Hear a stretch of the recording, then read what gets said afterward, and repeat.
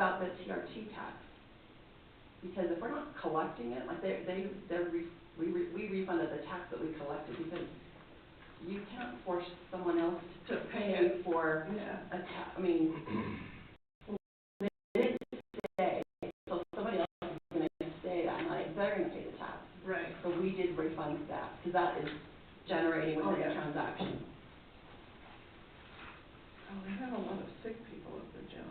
What's the freezer code? Is that, who was that one paying? The Council on Aging. For sure, The freezer code. Oh, it's probably electrical thing. It was a code on the freezer that they Yeah. had to come troubleshoot probably. Yeah. I mean, they had to give you a code for $130. I don't know, I think they were diagnosing it, and the code Okay. is what they fit. Okay. That makes more sense.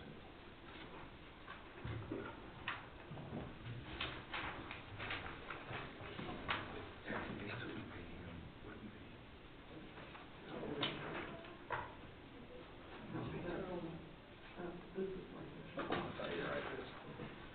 not wrong.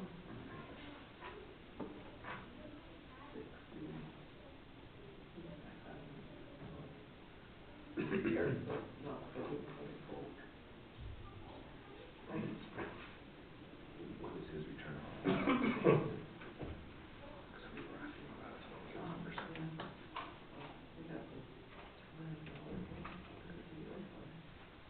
That's ongoing too, though. That was a long time. Plus it's ongoing. This increase in the ongoing. Yeah. Of about 100. I like it, but some people question it, so. That'll happen.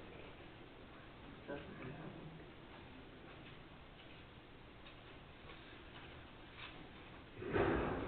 I know we've talked about this one before, just for transparency reasons, I guess. The Miller County Sheriff's Office, the West Desert coverage, can you just go over that real quick? Yeah, so there's a West deputy out of Delta, or Miller County. Garrison, he covers that area, and so we kind of do a shared expense, and so they just invoice us every quarter for the hours that he spends in Beaver County patrolling.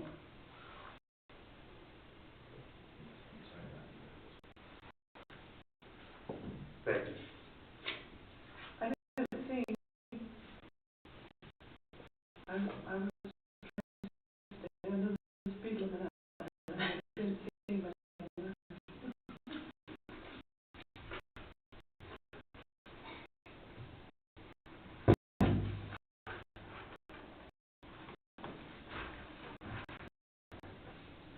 I can't even remember what his name is. I don't remember what it is either. It used to be white. The old officer was white. That wasn't that big. No. The old West Desert guy, his last name was white.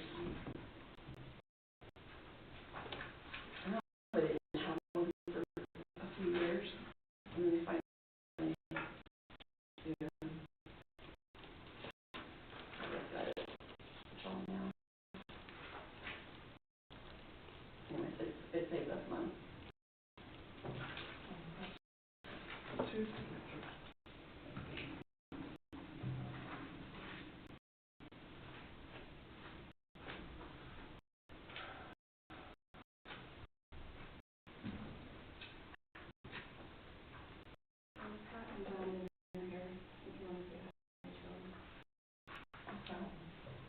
I don't want to, just kidding. I don't know.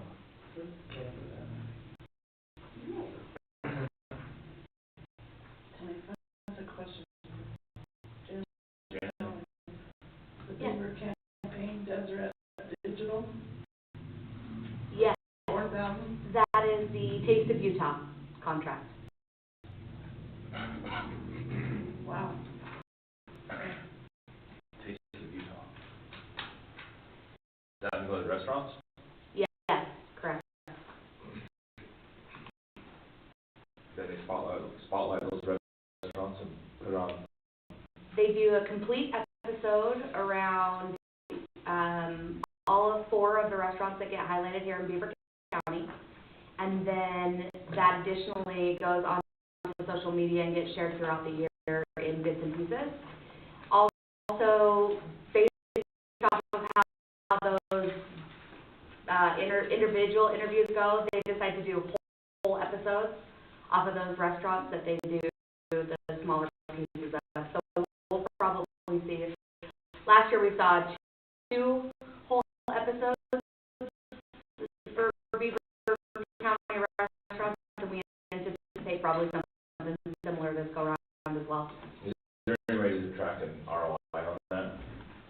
I could certainly try. I would be happy to look into it. I'm just curious. Yeah, I don't, it would be on their side, but I can certainly try. On the restaurant side, yes. Yeah, it's gonna be through They their, benefit. yeah, it's gonna be through their social media channels, but I can ask for it. Okay. But it's an annual contract?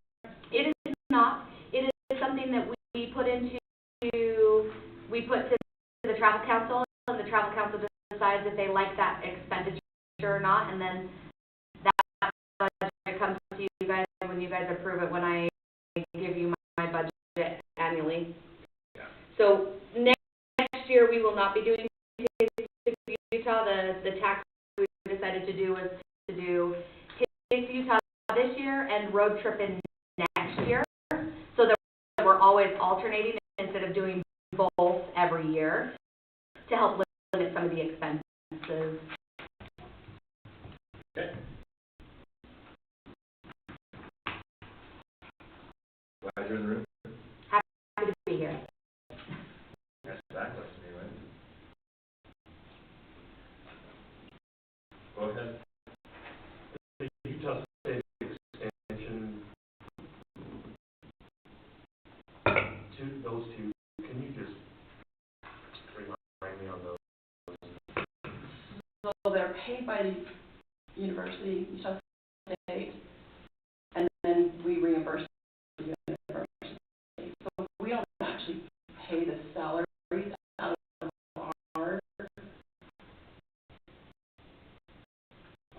payroll every 2 weeks. The university pays them, and then they just bill us quarterly. It's quarterly on. Mm-hmm. Okay. Mm-hmm.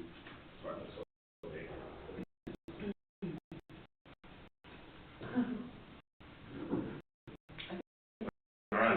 3 employees. That's what it There's was. one over. Yeah, one's the assistant and one's the staff.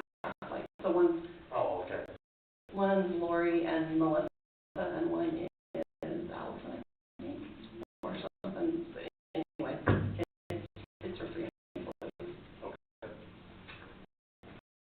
Well, no other questions. I'll entertain a motion for the bills. So moved. A motion. I'll second the motion. Any other questions? If not, all in favor? Aye. Aye. Make unanimous. Thanks. A lot of bills there. Yeah. Appreciate it. Furbo. I saw them. They went away. There you go. Now they're back. Hi, guys. You guys are muted, or Brandon is anyways. There he goes.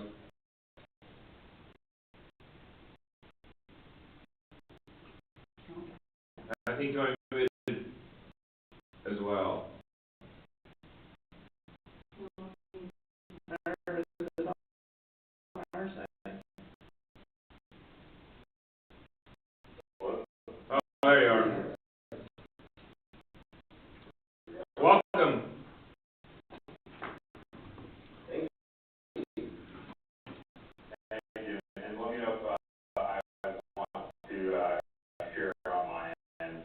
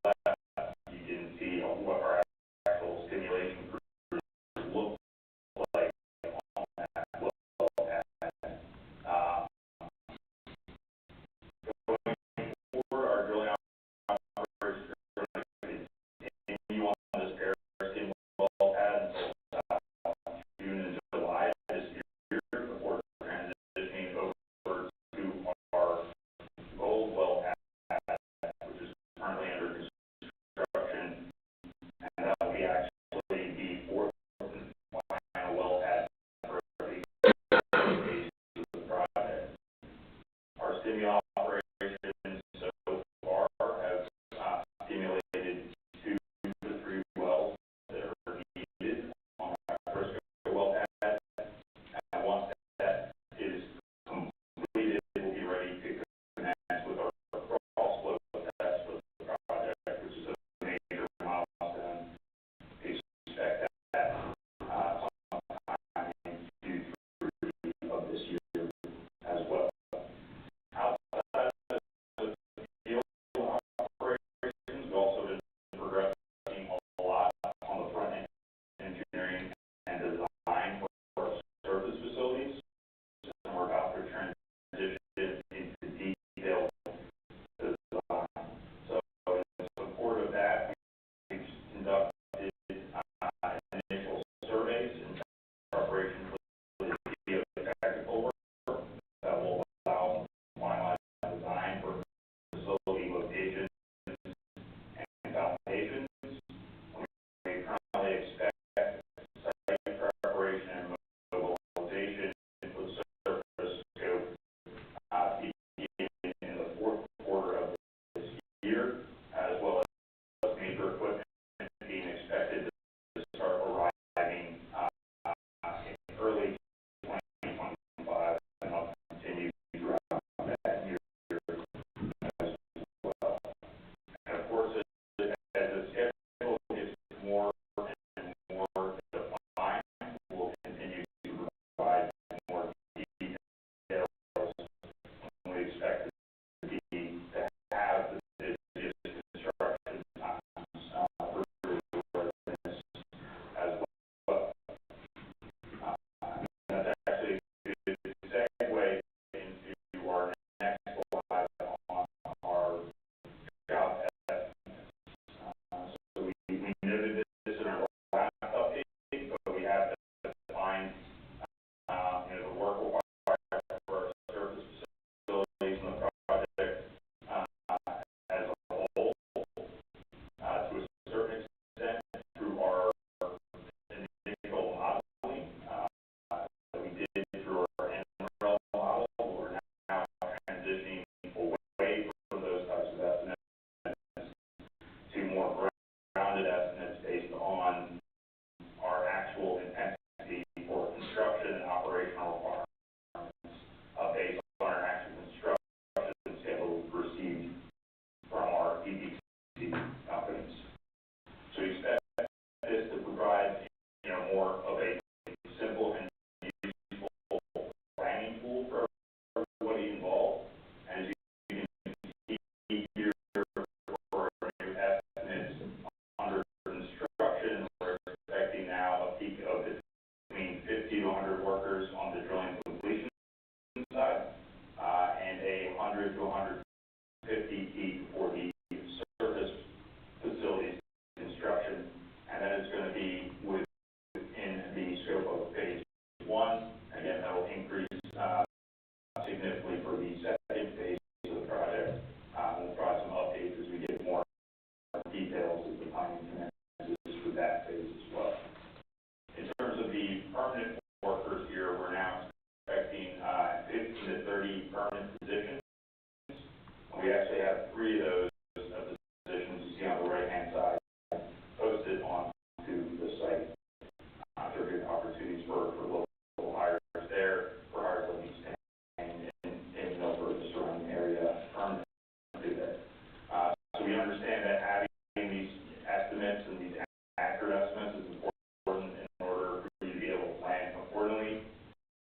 And Provo is very eager to help the county take advantage of all opportunities to support sustainable growth in this area, and definitely willing to work alongside you to advocate for resources that support your priorities there for housing and other requirements as well.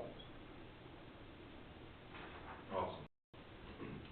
And then moving on to my last slide here, covering workforce development.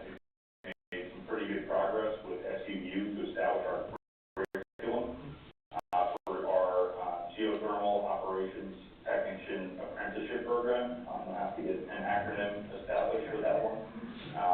We are now waiting for approval by the Department of Labor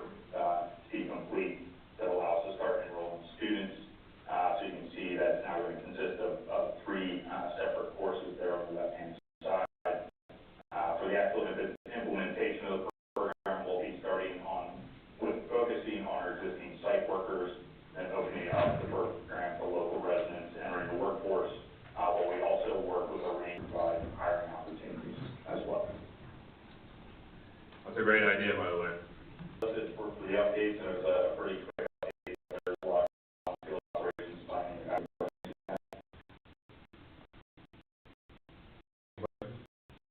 Now, just a comment, you're willing to, work with the local institutions for the training, is huge.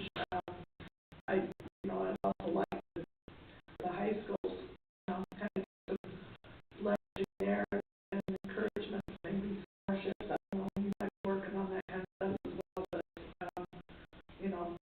I know most of the kids are probably looking for a way out of here, but eventually they want a way to come back home, so I think if we can keep that.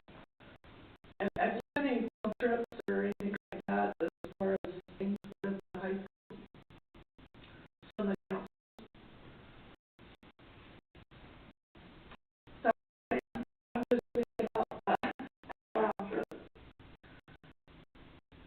You know, to activities like that, of engagement with high school and spoke to a few students. I think that interaction for different days out there, and our team working on workforce development, and they use in the work of how we expand that workforce development program. That the government is also mentioning, and the do other areas, other schools, and sort of make it more of a holistic approach.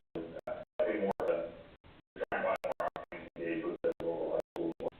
Just a comment from me as well, so last week was really perfect with other companies and, Mr. David, you had 2 town halls this week, one tomorrow night, I believe, one in October.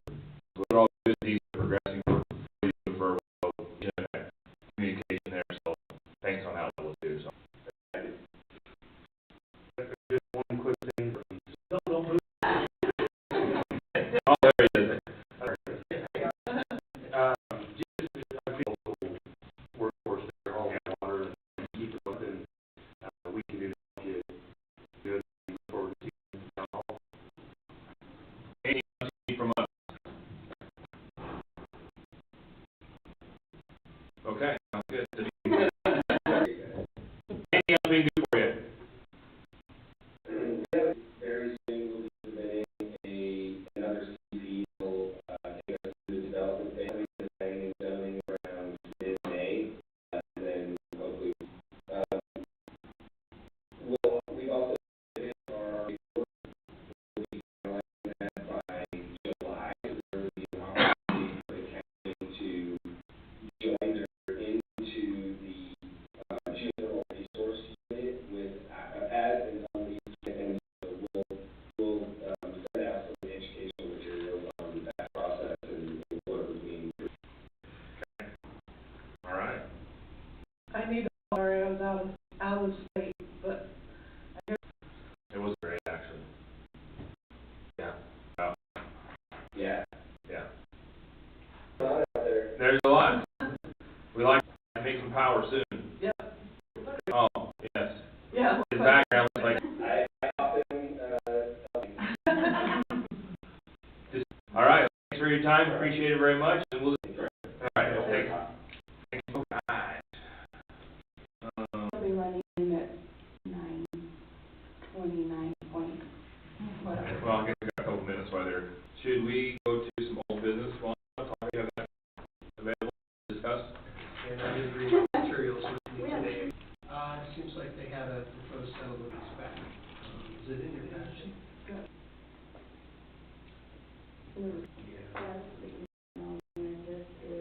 We received payment for the payment. Yeah. So it looks like there's nothing first, It said, no action on it. no action. We took no action, and we received from Greens, Algren, I think there was 4 of them, Okay. What kind of money came in? 2007. Yeah. So there were 5 checks. Individual. Like, it just trickles in, so it's 500 to 3,000 for each. So, And we've allocated most of this for the prevention. so it all goes to Milford, their staff, so I just hold it in trust until they, we never hold it beyond what. Excellent. Sure, the MOU? Yeah, so we, assessment about a month ago, and so it was the Department of Homeland Security met with my staff, kind of went over our practices of what our, and they, how the Utah has to have cyber mitigation, we don't pay anything for it, the state's actually, we just get to participate, so it's just an MOU allowing that we use these for elections. So, and I think it's, should not click on and things of that nature. So, anyways, this is just an MOU that we signed, I get returned back. Nice. So, Yeah. and hopefully for a while, so that we can, it is. Yeah. I mean, but it'll hopefully. So there's no cost? There's no cost, and Thursday, I have a onboarding call with Gavin from Aaron's office and myself to just get a little bit more what's gonna be available for us to utilize. Okay. So I think it's gonna be a good thing. Well, Yeah, so I was coming through and it needed, like, it needed, and so, perfect. And it was like, by the way, yeah. Do you want to ratify your signature? could you come up and sign? You guys should, slap my hand Well, or no, ratify it. let's ratify it. Make a motion, you I second. will make a motion to ratify the signing of the cybersecurity MOU. Okay, I'll second that. All right. Thank you. All in favor? Aye. Thank you. You want, does it go back to you, or does this go to Jimmy? All right. We have 3 here. Are there more kids? Yeah, there's a lot more, but are you the only one coming? You know? I don't know. Well, at least Minersville showed up. Minersville always has their room first. We are on the ball. That's all of mine, so isn't it? Do we want to wait a minute, see if your fellow friends are coming? Are all the Beavers kids supposed to be coming too? Yeah, everybody. I think so. I told Mrs. Evans, so hopefully. We'll give it a minute. We'll go on to something else for just a second. Noxious weed, Pat, have Corey Cole here for that discussion, probably. Yeah, you want me to, can I go with one more issue? Yeah, go ahead. Yeah, let's do commission updates. Go ahead, Commissioner Artis. So a couple of things that I've noticed is, I don't know that we have an agreement with the yard care for the new hospital, the new old hospital in Milford. And it's looking a little shabby. I don't know who's been taking care of that, but we better check and see if we need to I don't even contract that know, out. honestly. I didn't know. We have any lawn care there? Well, we have lawn. I think lawn care. Lincoln was paying for it. It was, and I think Adrian was doing it. Should we reach out to somebody and see who, so were we paying, no. We haven't paying. bid. We were not paying. And do bids, huh? Probably Bid have that? to do some sort of a bid, I would imagine. I got I don't know if it. the water's been turned on, I don't know if that's the maintenance department or what's, What? it doesn't look real green right now. Well, that looks like my lawn at my house. The water has not been turned on. The good news is, we are doing water optimization at this point, so. There you go. So should we have Stephanie do send out a thing for a bid? Or I can call a few places, see what they. We'll probably need to bid it out. I think- You're gonna just need a bid it. I think It's not, it's yeah. under 30,000, and it's probably gonna be more than 5 for the year. So you'll just need to get 3 bids. Yeah, I'm not sure what they were paying before. I'm not sure either. Okay. If it's less than 5,000, you can do whatever you want. Okay. Put it out there somewhere and see if someone will respond.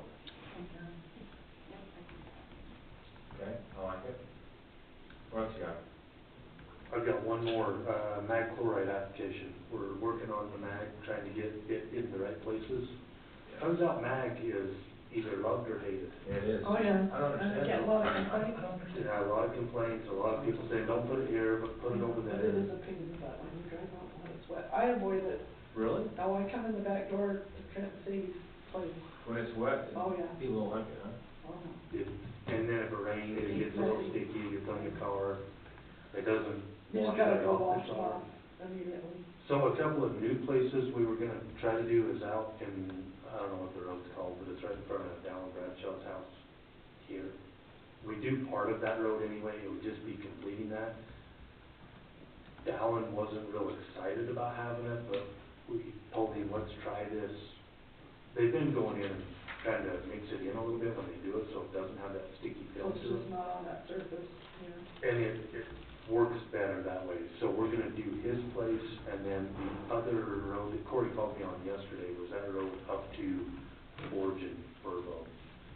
In the summertime, that one gets pounded out, that granite sound, and it's just sand, and then it gets so Washboards. big. and then beats it out past that, and goes somewhere else. So we were gonna do that road, that's about a mile and a half, maybe a little over a mile and a quarter. He was gonna call Origin Furlough to see if they would participate on that, that's part of the road maintenance agreement. And I think it'll be beneficial, there's a lot of heavy trucks on that road right now, it'll get beat to death if we don't do something with it, so. If that's all right with you guys, we'll move forward with those two, and then all the other applications that we talked about previously. Sounds good to me. Sounds good, yeah. Okay. Okay? That's all I had on my list. All right. We take care. All right, we're gonna go with you three, so come on up. We're gonna give you all the. All three, you guys come up, you can sit in the chairs there, you can have all the time you want. There are at least two more kids coming. Yeah, I Nope, they missed their chance, you guys. Tell them they're out of luck, just kidding. How did you guys just grow up, like, it's seriously, I haven't seen you for a couple of years, and y'all grew a foot and a half, don't know. just what it is. It happens over time. So you're juniors now, going to be seniors next year. Yep. Tell her you listen to your parents and you eat all your vegetables. Well, they obviously are eating good, because they're growing like weeds. So you have to introduce yourselves in the mic, and just tell us who, tell us who you are and your parents, just for the record. I'm Andrew Hollingsett, and my parents are Corey and Macy Hollingsett. Very good. I'm Zayden Jones, and my parents are Corey and Stephanie Jones. And I'm Shalia Bird, and my parents are Ted and Chanel Bird. Very good. Tell us what you're here for today. Our boys' state, and Okay? What does that mean? I know what it means, but you go ahead and tell me. just, it's attending a week-long, camp to kind of like learn like your civic duties and just kind of stuff to take care of. Okay? Good. What else? Just wanting to learn about your government and how the government works Okay. in your state. Okay. Andrew? What do Come you on say? up. You get college credit for it. College credit for it, I like it, I like That's it. good.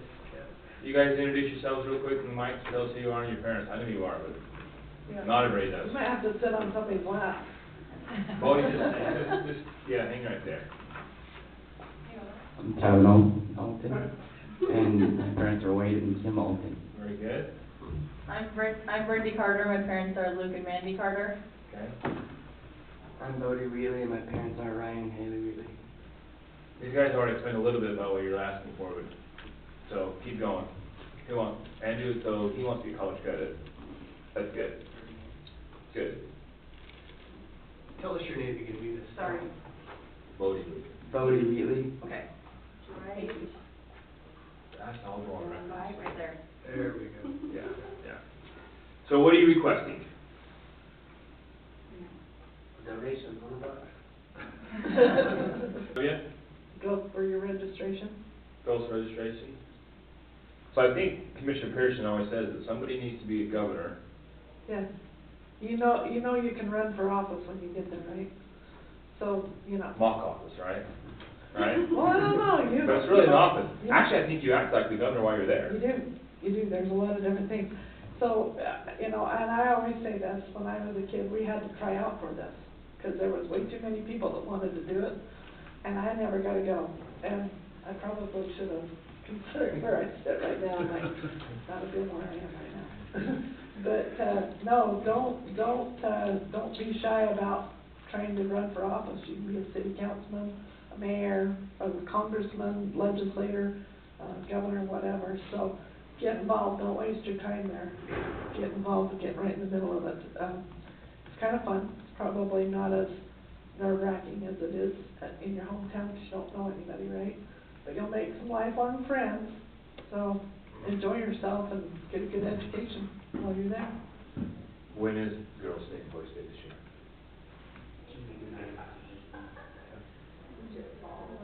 June 2nd to the 7th. Awesome. So I do want you to just each real briefly just tell us why you want to go. Besides college's credits. And don't say party over there, Holland, Or Chase Grove. Get the Okay. All right, we already did. Why do you want to go though? I mean, why do you want to go to Girls' Day and Boys' Day? It is. Okay, I like it. I wanna learn about the government so I know how to vote and be a good citizen. Oh, that's a pretty good answer. I like that. Okay, good. Anybody else? Yeah, just learn about politics, all that stuff. Good. Excellent. Okay. It's a good base understanding, and it is, you're spot on, so whoever was coaching it was doing a good job. No, it really is, I think as kids, you know, you kind of do whatever your parents tell you to do, maybe that's why you're here. But in all honesty, you know, you're gonna be adults, you're gonna be turning 18, next year? Are you all 17 right now? You can vote when you're 18. And you should. And you should. You should be registering to vote, you should be paying attention.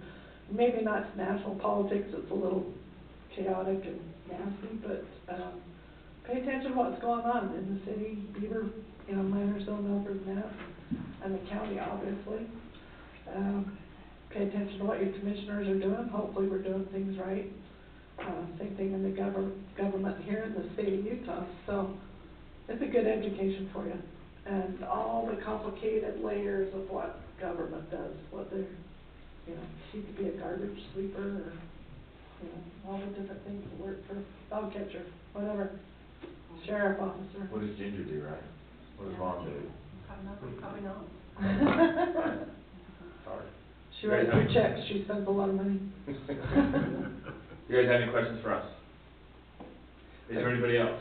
Is this all of them? No, there's more, they're just either can make it or, you know, they're. How many? Let me count.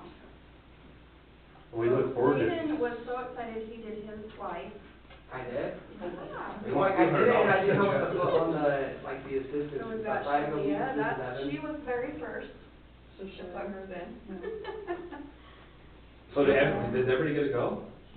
Two. How many Yeah. just go? Yeah, they. I think it's different than it used to be. Yeah, it's, well, So we had to try out too, we had to do it. Where's Cooper? yeah. Who's Justin? Is that Kurt Sig? Yeah. Send me the email. Okay. There's Bodie. Okay, who else is next? Who's Kevin? Kevin. There he is, Kevin Kevin. Ogden. Didn't put a last name on here. Gentry, Everybody's Gentry. cabin. She's in college, she's in 12, 12. 12 of you. Okay. Well, I got some legal stuff to take care of. First of all, the money's not gonna go to them individually, it'll go to the nonprofit 501c3 corporation that's sponsoring them, and that's the American Legion, is that right?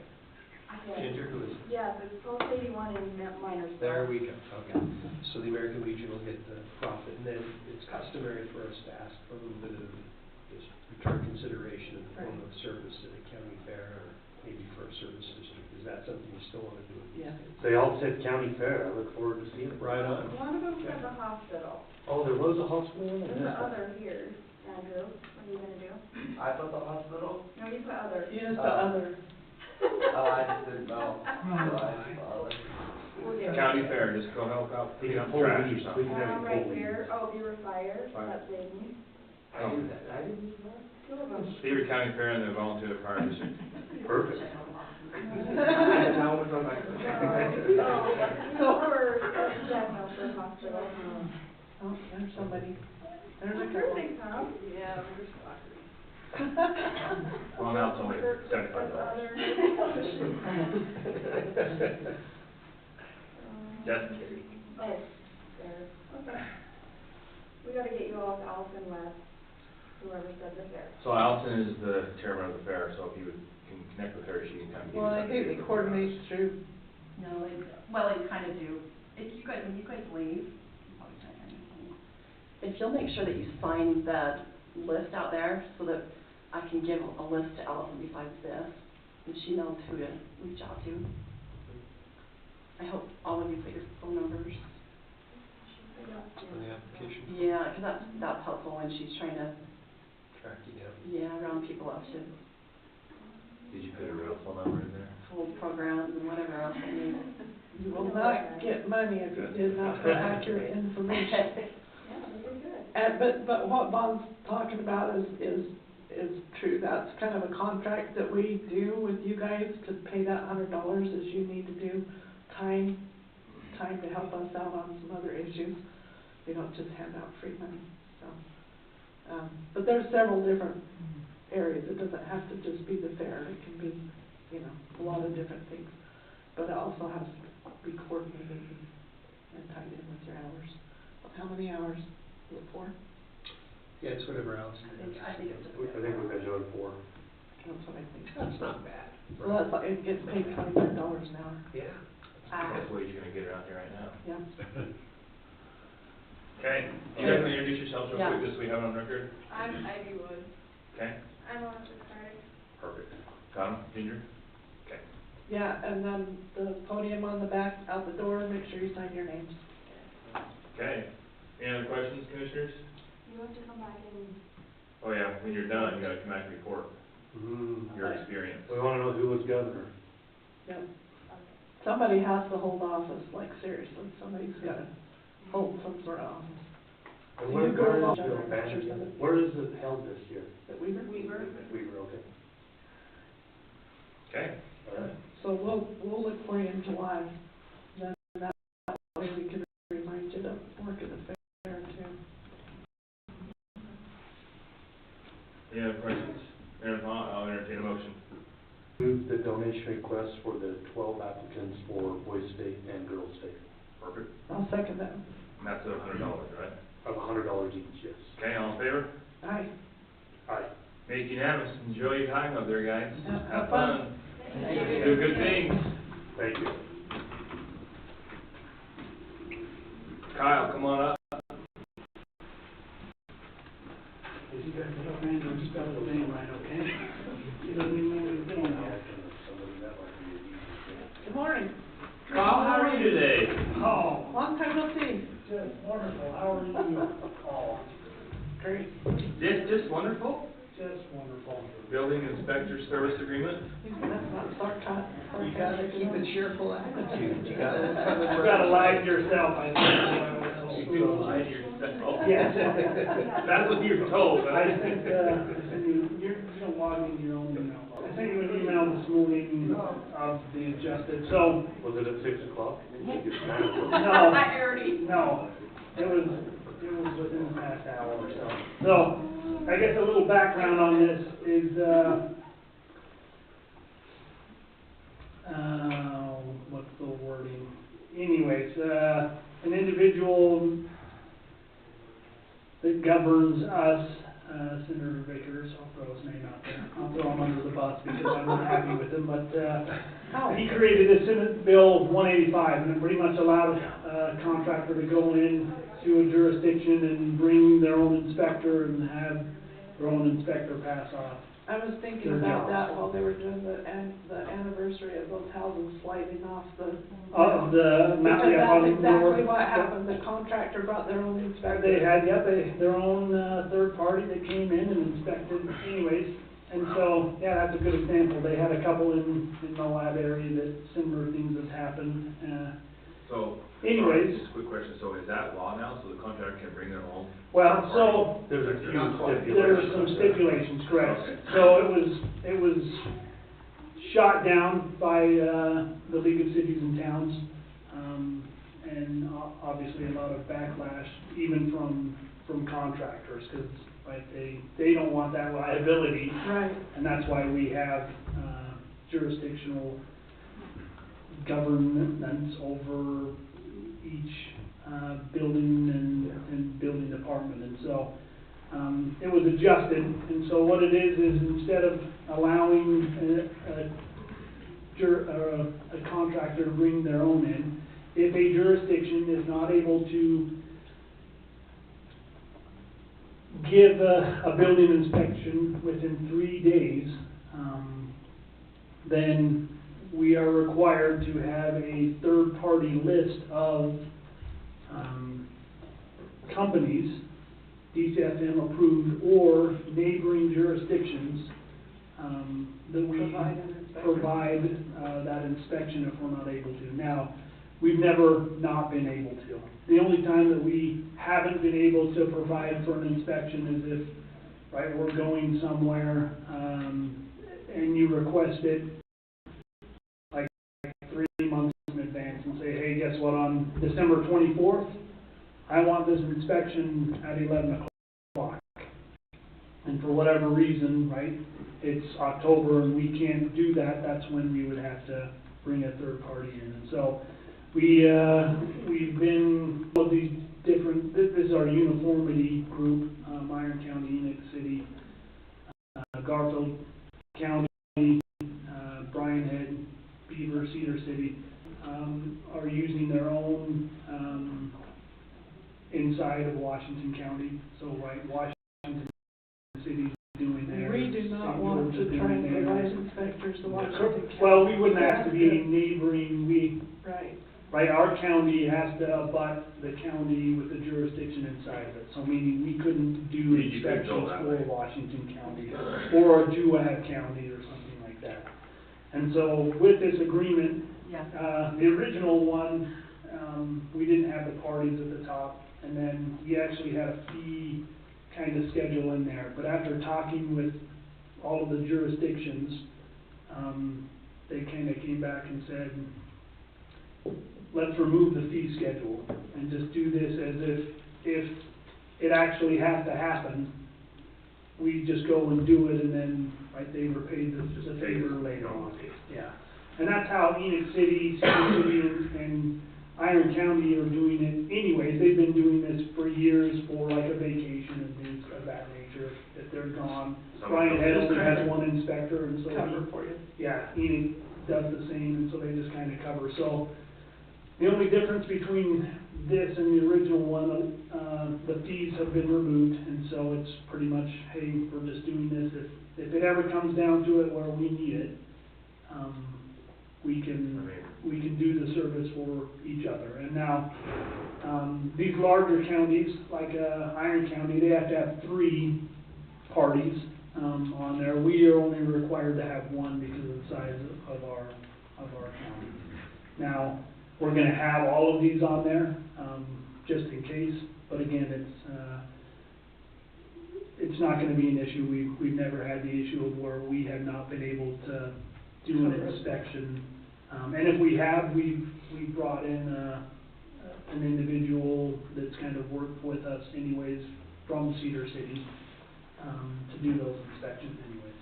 So like hospital inspections and that we're able to do. So, every jurisdiction will sign, the agreement. If you go to the last couple pages, keep going, no, was that it? Oh, it's just not, it's probably not loading there. Anyways, Von's taking a look at it. On the same, Von's He's seen looked- it already? He's looked at the last one as well, Okay. the changes. So it'll have Iron Counties, it'll have pretty much all of them, listed on there. And they'll just send back their signed portion to us, and we will send our signed portions to them, so. I think it totally makes sense, and I'm Yeah. glad that you can coordinate with those other, Yeah. jurisdictions, because that, Well- I don't know how else you do it, it makes sense to me. And I guess I skipped a part. The law actually says that if we're not able to do the inspection, the jurisdiction shall pay the cost of the inspection directly to a third party. And so if a third party company came in and did that inspection, it wouldn't be the contractor, it would be Beaver County that would then pay at not our rate, but Whatever their they rate, wanna charge. that was the That's the the rub. crazy part Yeah. there, right? I mean, because a third party to come in, and that's even third party companies are saying, right? We don't charge the same as you because we had to charge substantially more. Because they're trying to make money. Right, of what we're They're doing, performing. correct, we're making money off of these jobs, not, just kind of cutting it, so. Anyways, So question, when they do that kind of stuff, in my mind, obviously, they have to be bonded, right? yeah, they have to have liability Liability insurance. insurance. That's why everyone thought when this law came about that you were gonna have all of these third-party inspection companies come out. Well, they had to be DCFM approved, and so, I mean, the bonding, the liability, I mean, the steps that they would have to go through, you're not gonna have probably any new companies come about because of this. Well, I think the biggest fear, because we were railing against it the Yeah. whole time. Big, construction companies were gonna have their own inspector in their back pocket, and they could just kind of half-ass everything that they do, right? Exactly, and Ivory Homes was one of the big pushers, and that's kind of what they want. They want 3 or 4 inspectors on staff, and so, So just they like, didn't have to wait for whatever, they could just, yeah, keep but on. just like, the League of Cities and Towns said, okay, an individual this is usually the largest investment they have is a home. right, And they're paying Ivory Homes to build this, and the inspector works for Ivory Homes, is he going to actually write up something that is going to cost thousands of dollars if it's wrong, or is he gonna say, I don't wanna lose my job, that was the argument. I'm just gonna continue on, and Well, now, he was gonna look, cause they Yeah, well- cancel looking up from the corner. and that was the other thing, is are they even gonna show up and Right. do the inspections, and so, it comes back to, there's a reason why government is involved in this, it's to make sure everyone, the checks and balances work out for individuals that are doing the private thing and in construction. And so, I think with this agreement, which is, right, we have to have by May 1st, at least we have to, that's when the law goes into effect. And so, I think it's a good thing with the multi-jurisdictional service agreement compared to what, I thought we were gonna have to figure out, that we were gonna have to pay these third parties to try to come in, and then we're gonna have to raise building permit fees and everything else to meet it, so, anyways. I guess the only thing to watch, and I don't see this happening, how many times have you not been able to get to an inspection within 3 days in the last 5 years? A few? Well, only, like if, again, if I was going on vacation and Jared was booked or something like that, and they requested it 2 weeks in advance, hey, I wanted this day, but we were somehow booked. But it's not called. No, I mean, in reality, we have never been able to not do an inspection within the 3 years. Even if we did, we would contact and say, hey, I can actually do it a day earlier, or a day later, you know. Right. And, because that's the thing is, if you requested an inspection on May 1st, I'm required to do that inspection now on May 1st. If you came to me on April 30th and said, hey, I need an inspection May 1st, and we can't do it, right, we then have a 3-day window. But if you are more than 3 days in advance, we are required now under this new law to do it that specific day. Okay. So, And I guess my concern would be if there's a big boom in the next county over, and they're using us more than, or if it becomes a problem where you go into Iron County or yeah. Miller County or wherever, bunch, and we're not getting that value, you're not being able to keep up in ours, then we might need to revisit this And that, agreement, so. and for sure, and that's something that Iron County brought up with Enoch City, because Enoch has a lot of new residential growth that's happening right now, and they have one inspector, and they kind of brought that up. At some point, your jurisdiction needs to figure out if this is happening, How do you fix it? you've got to fix it. And that's kind of what I talked to Evan Vickers and said, hey, right, the issue is 2 or 3 jurisdictions in the entire state, and we're throwing a blanket over everyone, rather than going to those jurisdictions and saying, fix the issue. Right. Or, right, does the state need to give that jurisdiction more money so they can hire an individual? I mean, that, rather than throw, but, yeah. There are 87 new laws, this year, tied to building or zoning. And I brought it up in our meeting, there were 7 the first year I was here. In 2007, there was 7, so. Nowadays, huh? 87 or 88, I can't remember which one it is, so. Anyways, the joys of, What happens when half of the legislator in construction? oh, and that's why, it's more development now, developers in legislature now than ever before, so. Anyways, that's the newest updated one there with your name and everything on it. Well, I make a motion, we approve this, I think it's a great idea, and I appreciate your work with all of our neighbors and friends and neighbors, I guess, to get this lined up. Okay, I will second the motion. all in favor? Aye. Aye. Make unanimous.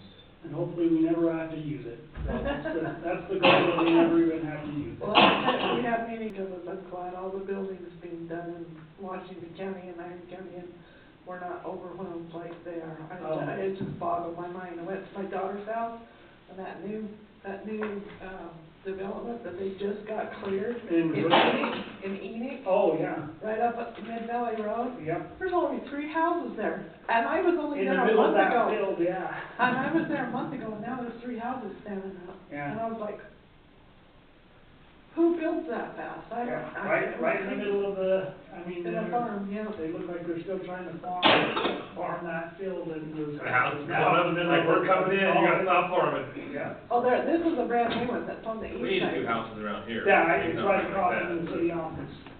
Yeah, Oh, no, not the north one. Oh, you're talking the one. There's one that's just before you get to the city office. It's on, like, where California Drive Yeah, is, that I know. first, right there, they've cleared that all out, and I go out there, and I'm like, how did this, I mean, didn't think I was there that long ago, but they were still pouring cement. There's more development in Enoch area because that's where there's the land to build subdivisions and houses and so All people farms are getting working in developed. Cedar and Yeah. living in Enoch, so Yeah. anyways. Awesome. Thanks, Okay, Al. thank Thanks, guys. No other questions, right? Well, there's some other going. As soon as you leave, we'll take. No, we're good. We'll wait till you We'll get get you downstairs, later. and then we'll have the cotton Then right back call up. me back, that's how it goes, right? All right, next item, Jan, I guess this is you, huh, live in Yes. town, swimming pool allotment discussion. Yes. They send you by yourself, or? Yes, apparently. They think, well, she's already going anyway, so we'll make her go. Right, right. Do you need me to announce my name? Jennifer Marshall with Myersville City, Yes, from the that's city council. important, yes. Hey, so it was brought to our attention that, Myersville City's pool is, in need of some repairs, and the funding for that is very minimal, and so we were wanting you to reconsider the allocation of funds throughout the county on the pool, allotment, to see if we could readjust that to get us some more funding there to help with the repairs that are needed. How much is, so 12% goes to Myersville, how much is that? What's the dollar amount? I think it's like 39,000. Is there- It's around 39,000 or 30,000. Is there a formula? I mean, So, Well, that's the old one. Yeah, so what we do is we take the assessed value, and then we out of times the it. pool? No, No. Of, The assessment, yeah. the county assessed value, okay, times it by 0002, which is 2 milliliter, and then that's how much we have budgeted within the general fund for the pools. And then we divvy it based on what their agreement was back in, 1996, yes, 96, which was 44, 44, and 12. right. So until someone comes back and says, we want this formula a different way, that's how we've distributed it every single year, based on that prior obligation. So the money does change yearly, obviously, based on the. The value, yeah, the amount does increase a little bit, because your growth, you know, Yeah.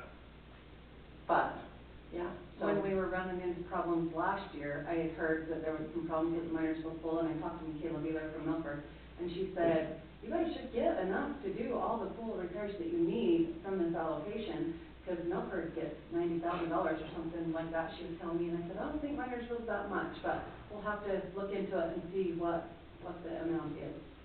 So, she made it a thing, because I didn't even know anything about it, but then we got looking into it, and I was talking to Ginger about it, because. Yeah, you get the a fourth of what? Fourth of what everybody else gets. Milford. Yeah, yeah. And so me and Ginger did have a conversation, maybe, was it me and you had a conversation about no, I don't think we talked about the library, allocation. I talked to somebody about the library allocation, and they said those are just split. Third. Yeah, third. So I said, yeah, that makes more sense, but, you know.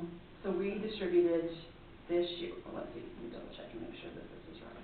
So this was, sorry, while you're looking, this was done under service issue number 4, but is that gone now? Is that? It's inactive. Once the pools were paid off, They, because we carried the levy, or the debt for it, when those were paid off, then the school district kind of bowed out, based on minutes that I've read, school district bowed out, left just the city, because they're the ones that, it's their pools, and then the mayors came together and said, okay, we're gonna agree on this percentage of allocation, and then it will be distributed that way going forward, and this one said that they would redo something in 3 years. Yeah, but 3 they never years. did, so it just rolled. 3 years. So it just rolled, Yeah, so right, nobody ever right. come back and said, To revisit Oh, yeah, that I see every the point. couple of Exactly. years would be good. exactly, So the agreement was between the mayors, why are we? because we why is it distribute brought this, to us? I mean, I would Because love to we're the just. ones that receive the taxes and distribute. Yeah, I mean, they could adjust, they could do a TNT and they could adjust their rate and pick up however much they need if they wanted to. There's nothing that says they can't. You mean just And from the we city could be out of itself? it totally, and Leanne could distribute that But money for the If pool. I the just- mayors could agree to the Yeah, I think amount. this discussion should be between the cities and not between the commissioners, in my opinion, What Well, I else? think the mayor needs to be there, but the problem is still, the county is still giving. We're the ones that collect it. Collect the money and then Right. distribute it. So we have to be part of the conversation, I think. Right, Sure. right. But the tax is a county tax, right? It is a county tax. It's not a city tax. It's never been a separate levy. But that might, I wish we'd have had this during our COG meeting, because this might have been a conversation for the COG meeting. And we might need to do that still. Yeah. Which, we're gonna do it, We need to in have a couple months, it's in June, so I don't know if that's really that, but. Well, When when do do we you pay guys the- when do review we the pay out? budget? Do it in July, or is it No, ours January? is calendar. Oh, it's calendar year. When do we Yeah, pay like, this out typically? We pay it in December. Okay. Oh, so we. We pay the library in January, we pay the pool in December. Okay. This is a conversation worth having for sure, but I think we Yeah. need to include everybody at the table. Yeah. Yeah, For this. I agree. The mayors of the other two towns need to be there. So the only other thing, because, it's still gonna be the county that increases the mill levy, right? Depends on how you do it. Unless the city increases their own. Mm-hmm. And we just, So if they increase their own and take ownership of it, then they can do that, right? like, they can adjust our own mill levy. But I don't know that we want to adjust the mill levy, do we? We just want to reallocate how the funds are distributed. Well, The that's a only way we can conversation do with the that- other two cities. yeah. Are they gonna be willing to give up any of their money? Yeah. Right. Probably But the not. original agreement was with the mayors. Right. So they need to be here. I think so. Yeah, I agree with that too. And they need to have, half of the conversation needs to happen. So Yep, I think that's absolutely. fine. So Yeah. can we tag that on the COG meeting? That- June, yep, That we actually have to have the mayor's the there. mayors show up? Sure, that's great. I mean, you can come too. Yeah, yeah. But you might have to bring one. Yeah, we might have to bring one. one. Uh-huh. Do you have any idea how much, like, if there's a need for the pool, do you know how much more that you need? Because that might help too, because it's a dollar amount that you Yes, can well, afford. and they said that the liner on the pole could cost 40,000, I 40 to see. 50,000, but that's just a number that somebody's thrown out there, so I didn't really get an accurate figure on that. So they haven't got liner a on bid that or pole. anything They haven't on got a it? bid yet, they've just They been pushing probably it would off. pay you to get a bid before the COG meeting, Yeah. so you have an Uh-huh. idea, Yeah, like how much money you're talking. yep, exactly. And the pool's used, it's utilized quite a bit too, right? It's, yeah, it's Yeah. used a lot. yeah. We have a Yeah. lot of people from out of town that come to it, and, when Milford's pool was shut down, because they were redoing their liner last year, we had a lot of their, A lot of Milford kids over. coming up. I mean, do you Yeah. track that, like, Yeah, how they much track use it there every is and day, stuff? yeah, they have I mean, so those numbers might be helpful too. Yeah, Yeah, bring those for numbers. sure. Because I know, Beavers is open year round, so Yeah. that's a, Yes, a That's difference. all, But uh-huh. for some reason, it's been a long time since we talked about this, I thought Milford and Minersville got the same amount, because they have the exact same pool. Yeah, I mean, So there's no. Is Milford real- outdoor? yeah, Yeah. yeah. Is it same dimensions and everything? No, Milford is a little bit bigger, bigger. A little bit Yeah. bigger, and I think they have a separate, well, no, they have a kiddie pool. They do have a kiddie pool, yep, and Like we it's a do. little bit bigger than ours. Just a little bit, Yeah, but not a lot. not a lot, no, it's pretty much, About really there. close, yeah. And we get a lot of Beaver kids that come down in the summertime to Minersville also, because the pool gets super hot in the summertime. Mhm. So, Yeah. we have a lot of families that come from both places to utilize our facility. So I think it's wonderful to have them all, operating, because they can't all operate. Sometimes they run into problems, so that people use the other one, Yeah. while the other ones are down, Yeah. so. Well, just my idea, but I think if we put that number one on the schedule for the, or discussion item for the COG meeting in June, Yeah. we make sure we get everybody there and you bring all your information. Information and figures, and yeah, we'll go from there. You know. Thank you. Okay, Guys, we'll thanks do it. so much. Thanks, Jen. Yep. Appreciate it. Well, and then if they make those decisions, they can make that recommendation to us, and then we can Yeah, you guys change can- the ratio come budget. This year, Yeah. perfect. That's why we wanted to get the conversation going, so that we But are were, you gonna have to have it fixed before then? we think we can wait another year to get it done, But so you our can- next budget year. Muddle through the summer? Yeah, yeah, we're not gonna get through the summer, and then it'll definitely And have mine to be in are, the works. they're on a fiscal year, aren't they? Yeah, well, no, Are they yes, they are. September Yeah, their first? budget starts July. Make sure they know that. July, it is July July, to to June, June, yeah. okay, Yes. okay.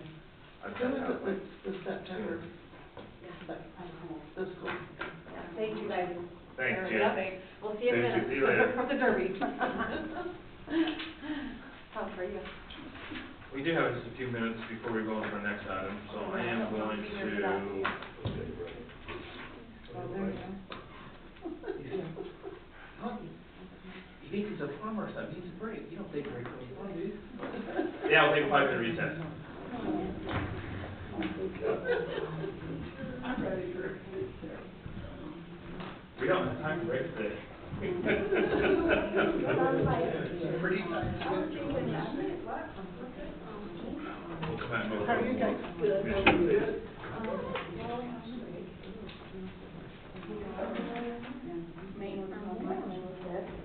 Okay.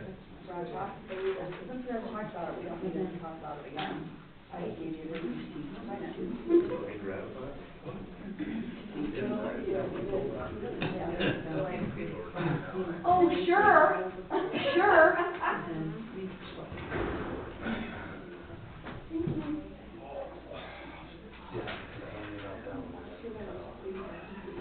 Of course.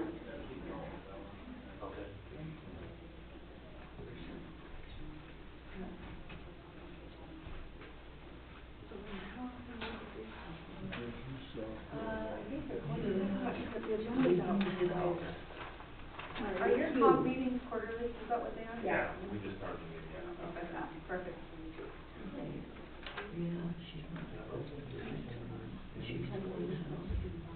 No. I was changing my shirt, and she's sitting there by the door looking at the tail wagging. I said, "You're all right." She liable to jump into Rocky's box if she has a pistol. She's been really good with him. Well, she just, Had to go to that box. So, we're gonna have to, give him a little, yeah. if we're gonna keep him, if we're gonna keep her. I mean, I'm hoping that they can share all three of them, but I think we're gonna have to go out there. I got your text and my husband's like, I'm like, you called me, no, I asked you to. I didn't call him.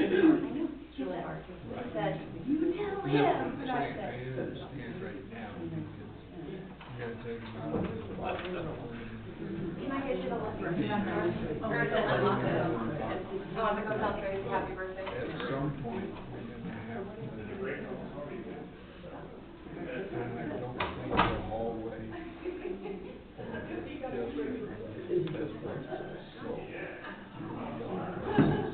some are upstairs.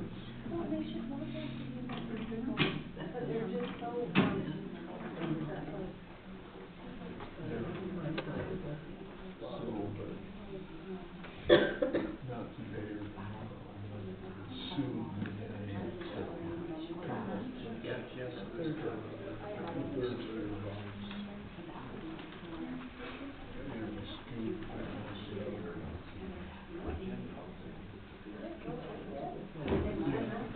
Did they come to you? Did they come to you?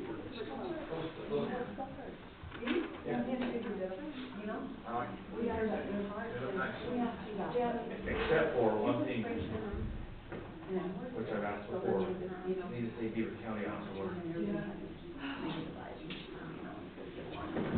Yeah. I do like it, but Beaver County does it somewhere. They don't. Order speakers and just put them on for sure. Just put stuff, yeah, I do really like them, but I think that's what my Everything needs to have. Beaver County use on it, with this stuff. So, yeah, put them on there, put them on there.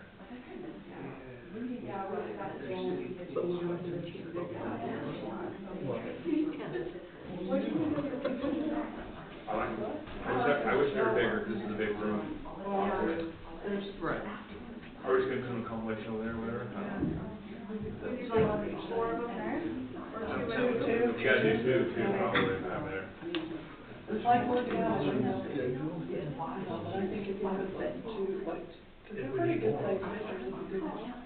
Let's not split the county, don't be both Beaver on one side and Milford on the other. I'm planning on it. All right. I don't know how you. I'm gonna put green and not the green and green and not the green. The mountains are in Beaver County, they're not in. That's right. I don't know, the people are gonna get up past that eventually. Got it.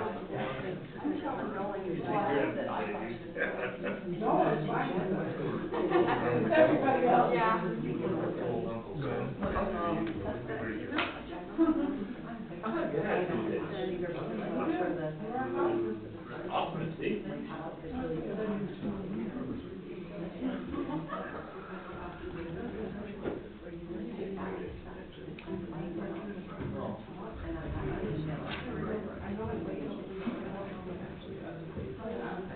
No. Okay, thank you. That's it. I don't know where the procedure is.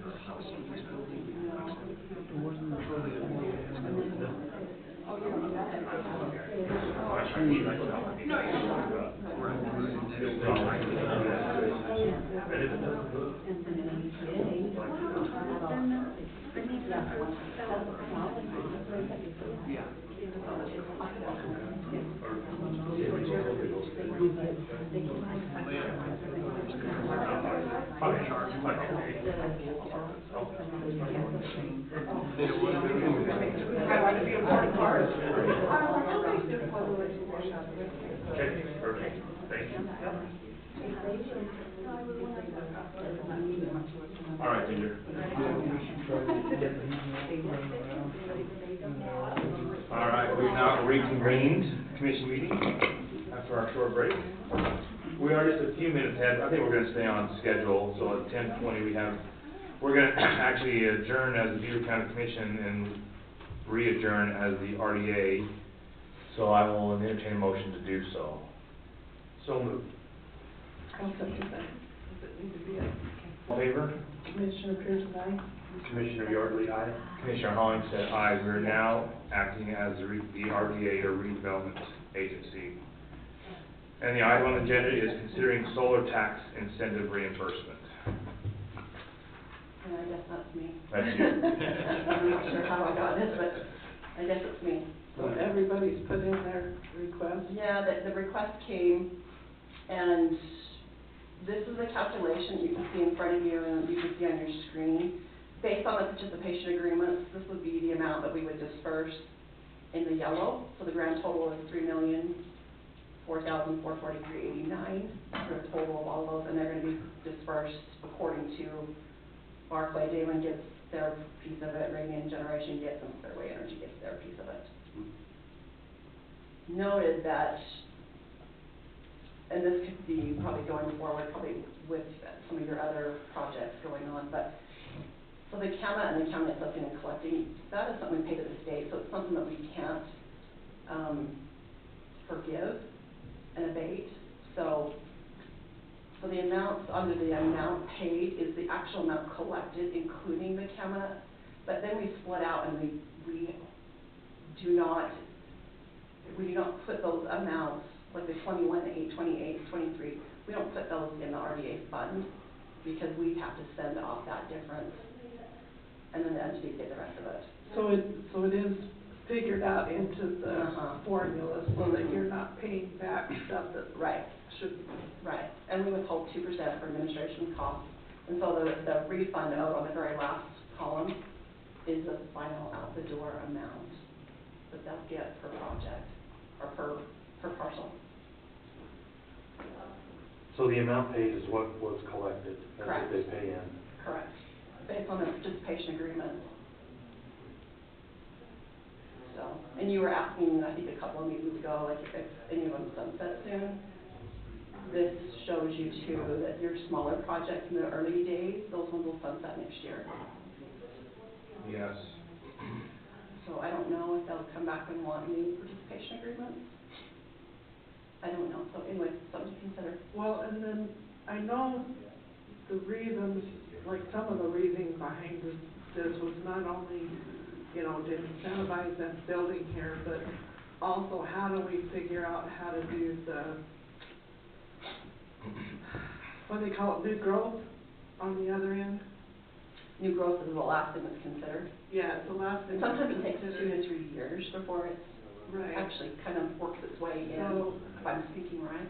Well, and I know that's the part that I probably don't understand. I understand it, but I don't know how you figure that into like our budget and how that, because that's the part that everybody talks about. Is the new growth? Is new growth, you know, and what a big advantage that is and how to capture that for the county so that you're not passing that on to the taxpayer. So I know that the disadvantage on some of these is by the time this part of it sunsets, the depreciation level is gonna come in and cut out the new growth part, right? So I'm not sure where. There's a lot of, this is all, mostly all personal property. There's Right. some real in there, but most of it's personal property. Where that plays in. Yeah, and personal property depreciates a lot faster than real. Real Right, usually goes right, up, Right. so. Anyways, that's the amount I'm planning on paying this week. So the top 5 sunset next year. Correct. Okay. And then how far out are we on the, 29 and 31. oh, right there, done? Okay. And these have to be paid by the end of April. April, yeah. Not that October, no, not that month. And How about April? And the other thing, they have to request it, like. They have to request it, so they have to pay their taxes have to be paid current. So, and then they have to, by April 1st, request it. So typically you're seeing the request come in probably about January, February, and then we have till the end of April to disperse. So, But these are under contracts, we don't really have a. no, they've already signed Say they the have It's already law. Yeah, the agreements are in place for this. That was 17, I guess. 2016. 2016, 2017, and 2021, the other one. Right, right. I think the early days were like 15 years, and then we got smarter. It's where now you're down to 8. 8 or 9. Mhm. Yeah. Okay. So you can't make your motion until we come out, so just Right. discuss that. This is discussion right now, so in your discussion. Yeah.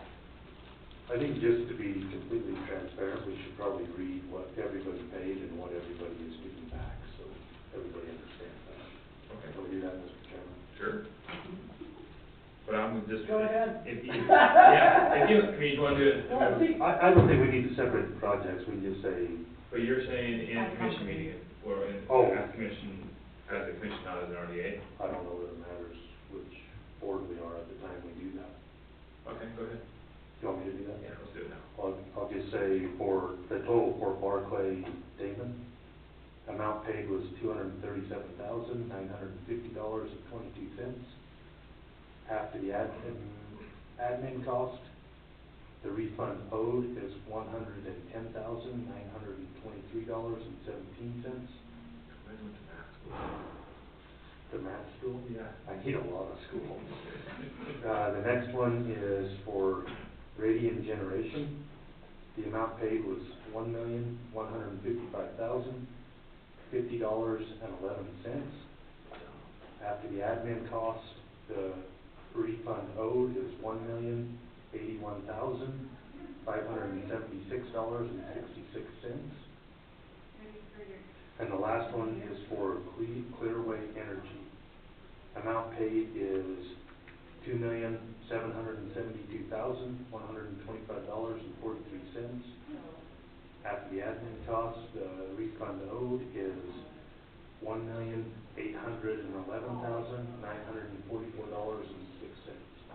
For a grand total of, $3,004,443.89. perfect. Good job. Okay. All right, no more discussion, I'm gonna entertain a motion that we adjourn as RDA body and reconvene as Beaver County Commission. Oh, moved. I'll second that. All in favor? Aye. Oh, do we need? I don't know. Commissioner Pearson, aye. Probably. Commissioner Yardley, aye.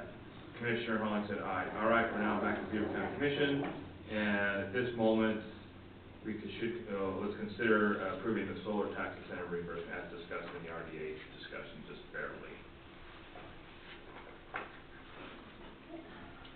Anyone want to make the motion to approve the $3 million? I think Brandon's doing really well right now. And while Keep going. while his tongue's all limbered up, Yeah. he can say that. Those were numbers, I don't know if words are the same way. I will make a motion that we approve the solar tax incentive reimbursement. Perfect. Okay. As stated, I guess. You wanna say as a total of As a- $3 million? Yep, as a total of $3,043.89. I'll second that. That's how I wrote it out too. Okay. Okay, I do have one clarifying question. Is this this funding part itself, this is strictly Beaver County, or does this pull from all, because, It's all of it, it's the amount that's withheld, the rest of it goes to the entities. okay, Normally, so their other 50% that's already been dispersed okay, back to the entities. So it's not just, we're holding the amounts in the participation agreement in a For separate everybody. fund for for everybody. everybody, okay, all right. Okay. Because it will be refunded back minus that Right. administrative cost. Okay. I would just say that we don't like it, but we have to do it, so we're gonna do it. So I got a motion. Second? Yeah, Second. All in favor? aye. Aye. Make unanimous. Perfect. Is Allison here? No, I just called her, she thought she was supposed to be here at 10:40, but she is just on her way, so. 10:40, huh? Yeah, I said, you're up at 10:30, where are you? She says, I'm coming. All right, well, we got just a few minutes. We will continue with discussion of any commission updates. I will just share a couple, and I mean, Go ahead. and then, for me, so one of the main things that, the board that I sit on with, Elk Meadow Service District, we're still working on getting, grant funding for the water project up there. Actually, 5 counties have been very helpful with this, on helping us, apply for that application, which is great. Putting Ryan to work a little bit, and so that's good. We do have letter of support from the county, I think the city. I also asked Mayor Robinson if they would support that, and he said they would. So I think, I haven't heard when the funding's coming out yet. I think it will be soon though. I don't know, have you heard anything Is else? it through CID or is it? No, it's with Connor Myers and Celeste's Oh, office. okay, That, all right, I great, haven't great. heard yet when that's coming out, but Um, I know they're watching it very, very closely for us, Five County is, so. I should have, because I saw Connor yesterday and I didn't even think about it. So that's one major thing with 5 counties that's happening. Just a note, last week, I did go to the meeting with Fervo and, David Turk from the Department of Energy. But, you know, it's just interesting, he was there, plus there was, someone from Chevron. So he's the one from DOE? Yes, Department of Energy, I think the secretary came out last year when we had the grand opening, the lady, I forget her name. But he came out and they toured the whole place. Right. He had a lot of good things to say. Obviously, he works for the Biden administration, but he still had a lot to, Yeah, but they love, But they they love love it, they the love it. geothermal, They do love geothermal. Yeah, And so yeah. they were really supportive, and they're really supportive of our county, and they're really, and he said that the whole entire world is watching this. Yep, yep. And so he said it's a big deal, and there's really lots of eyes on what's happening out here, so Did that was they- pretty cool. Did he talk at all about the funding for Forge? We did, well, so Ford was there, Forge was there, you know, obviously Fervo Forge, some other, energy industry leaders were there. Investors. Like Chevron was there, and some other, energy companies were there as well, so there was 15 or 20 of them all there. And he did, Dr. Morris kind of mentioned, keep that money going for Forge, and so he didn't say anything, but he's, you know, I think they're gonna try to continue to fund this type of project for as long as they can. Well, I know everybody's hoping that they will, because I think Forge is trying, I mean, they're spearheading this whole thing, and Fervo wouldn't be here Without if it Forge. hadn't been Forge, you know, Yes. Forge is, you know, they've got their grant funding and different things like that, but they're the ones that are building and pioneering and working through all of the issues so that a personal company or private company can come in and, you know, and use that to actually, but the thing about it is with Forge, the way I understand it is if we don't get that funding locked in and they can complete theirs through the 34 Yeah, that they want to finish, yeah. 30. It was a 30 or something. 30 something.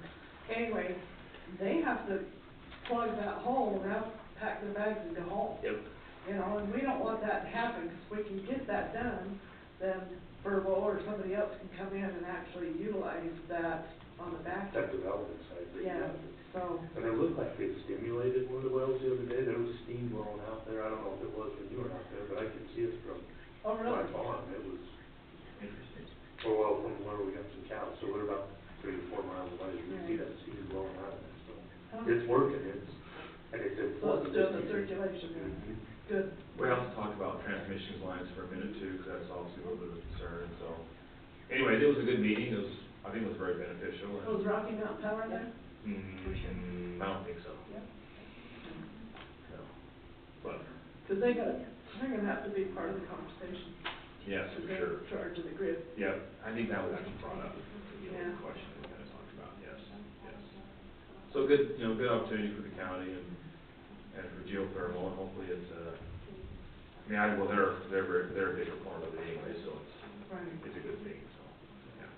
Well, I'm not sure what the lifespan is of Lake Blundell. I mean, they keep, you know, doing, advancing and expanding and different things like that. So I think it's great. I'm excited. And the best part, I think, of the whole thing is it's base load power is 24/7. So it's not, Yes. you know, Not it's depend not, on something else. because it depends on the sun and the wind, right? And we did mention that too, because we said we have solar, we have, so he was really impressed with the whole bit. Oh, we're the, Yeah.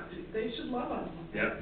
Because we're the epicenter, or the, you know, of all things renewable. And the world is actually on our eyes, I mean, their eyes are on us, so. It's scary, but, you know, as long as they spend money, we're okay. Yeah. But as part of that, is a challenging side is Beaver City, I heard your power rates doubled for the last few months because they did not have that base class power or your own demand charge, so it's hard to see all the renewable side on that side, and then if we cannot benefit the investments here. So this is one thing that I've been trying to talk to Carl Aldrich about.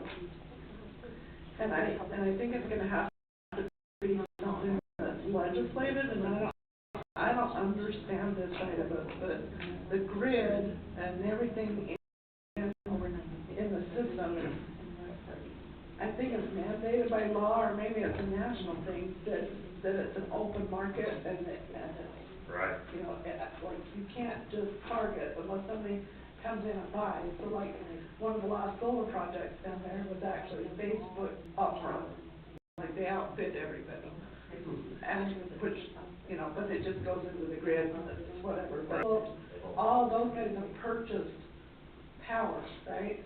And so it's going to the highest bidder. That's why most of the power goes to California, because they're willing to pay more than we are, right? 3 times. But I told Carl, in my mind, I think we need to figure out how, like, I'm sorry, I'm just worried about my own county, Beaver, Minersville, Milford, that these companies coming in that are using our resources and that we're putting up with, or we're supporting, like, they should be front-loading our power. Like, we should be There should be some of that, for sure. independently, whether we can outbid anybody else or not. And I don't know how to do that. Even if it's With the free 10%, market thing? something.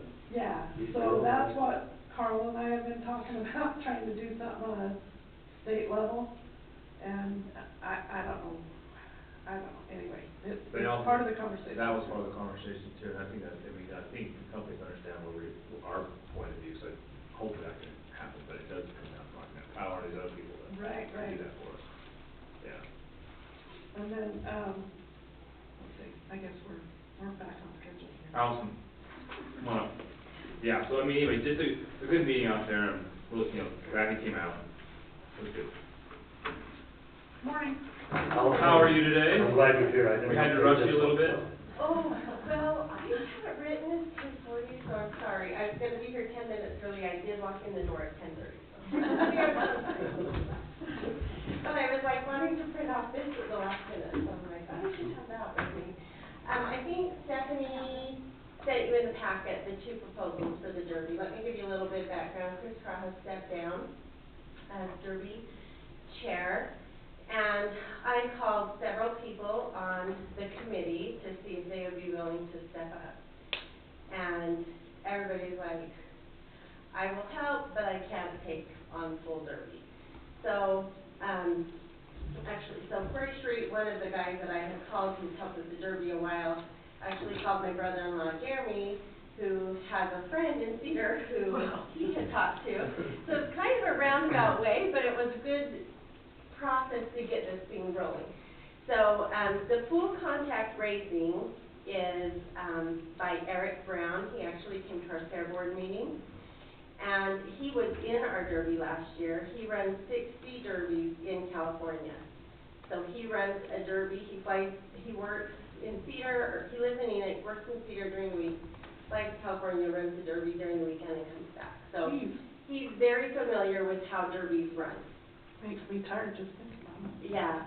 And he was sharp, he was very good in the meeting, he could ask all the questions, like, he was very, you Yes. can tell he does it a lot. He knew what to ask, he knew, so he could definitely have everything in a row. Is he gonna bring cars? So, we had, That's the problem, is we need the cars. this is what we've learned. You have to know the drivers. You have to know who it is and how to get them there. Who's in there? Right. Who's in the circle next to Yes, it, yeah. and he's got a circle, because he runs in Utah personally, and he runs out of town, and Right. so he's like, if I have to, I'll bring cars in California. But obviously, our first, priority are the locals, because that's who people go to cheer for and see. That's how you get your crowd. Yes, and that was very clear, and he totally understood that part. So, but because it was a big ask, so I said, well, get me a bid, let's see where we land. And then another guy who runs, Logan Smith, who runs Mingled Metal, actually runs the Iron County and Kanab County Fair. So I thought, well, I better get another bid just to see. I looked into Stir and Dirt a couple years ago, and I thought, oh, they're out of our price range. So when I got full contact, I would like to just go ahead and propose that we sign the full contact racing contract. Sorry, that's like really close words. We usually paid our Derby coordinator $1,500, so it's going to be an extra $3,500. I don't have the time or the expertise. So, quit, you're scrolling too fast. Sorry. So Right his there. bid's 5,000? His bid's 5,000. His bid's 5,000. And the other guy was 65. 66. 66. And if you look, the other guy, he put $16,400 for the participant payouts. He took it out of the total bid, because I told him our budget for the Derby is $25,000. Eric's is above that, like Iron County purse is $30,000, like, So he took the 6,600 out of the 25,000 Right, budget. right. So did they pay the prize, the winning, the purses, did they pay the purses out, or is that still? No, that's still us. us. That's what we are, so the prize money performance fees are $22,500. Okay. If you look, he would keep the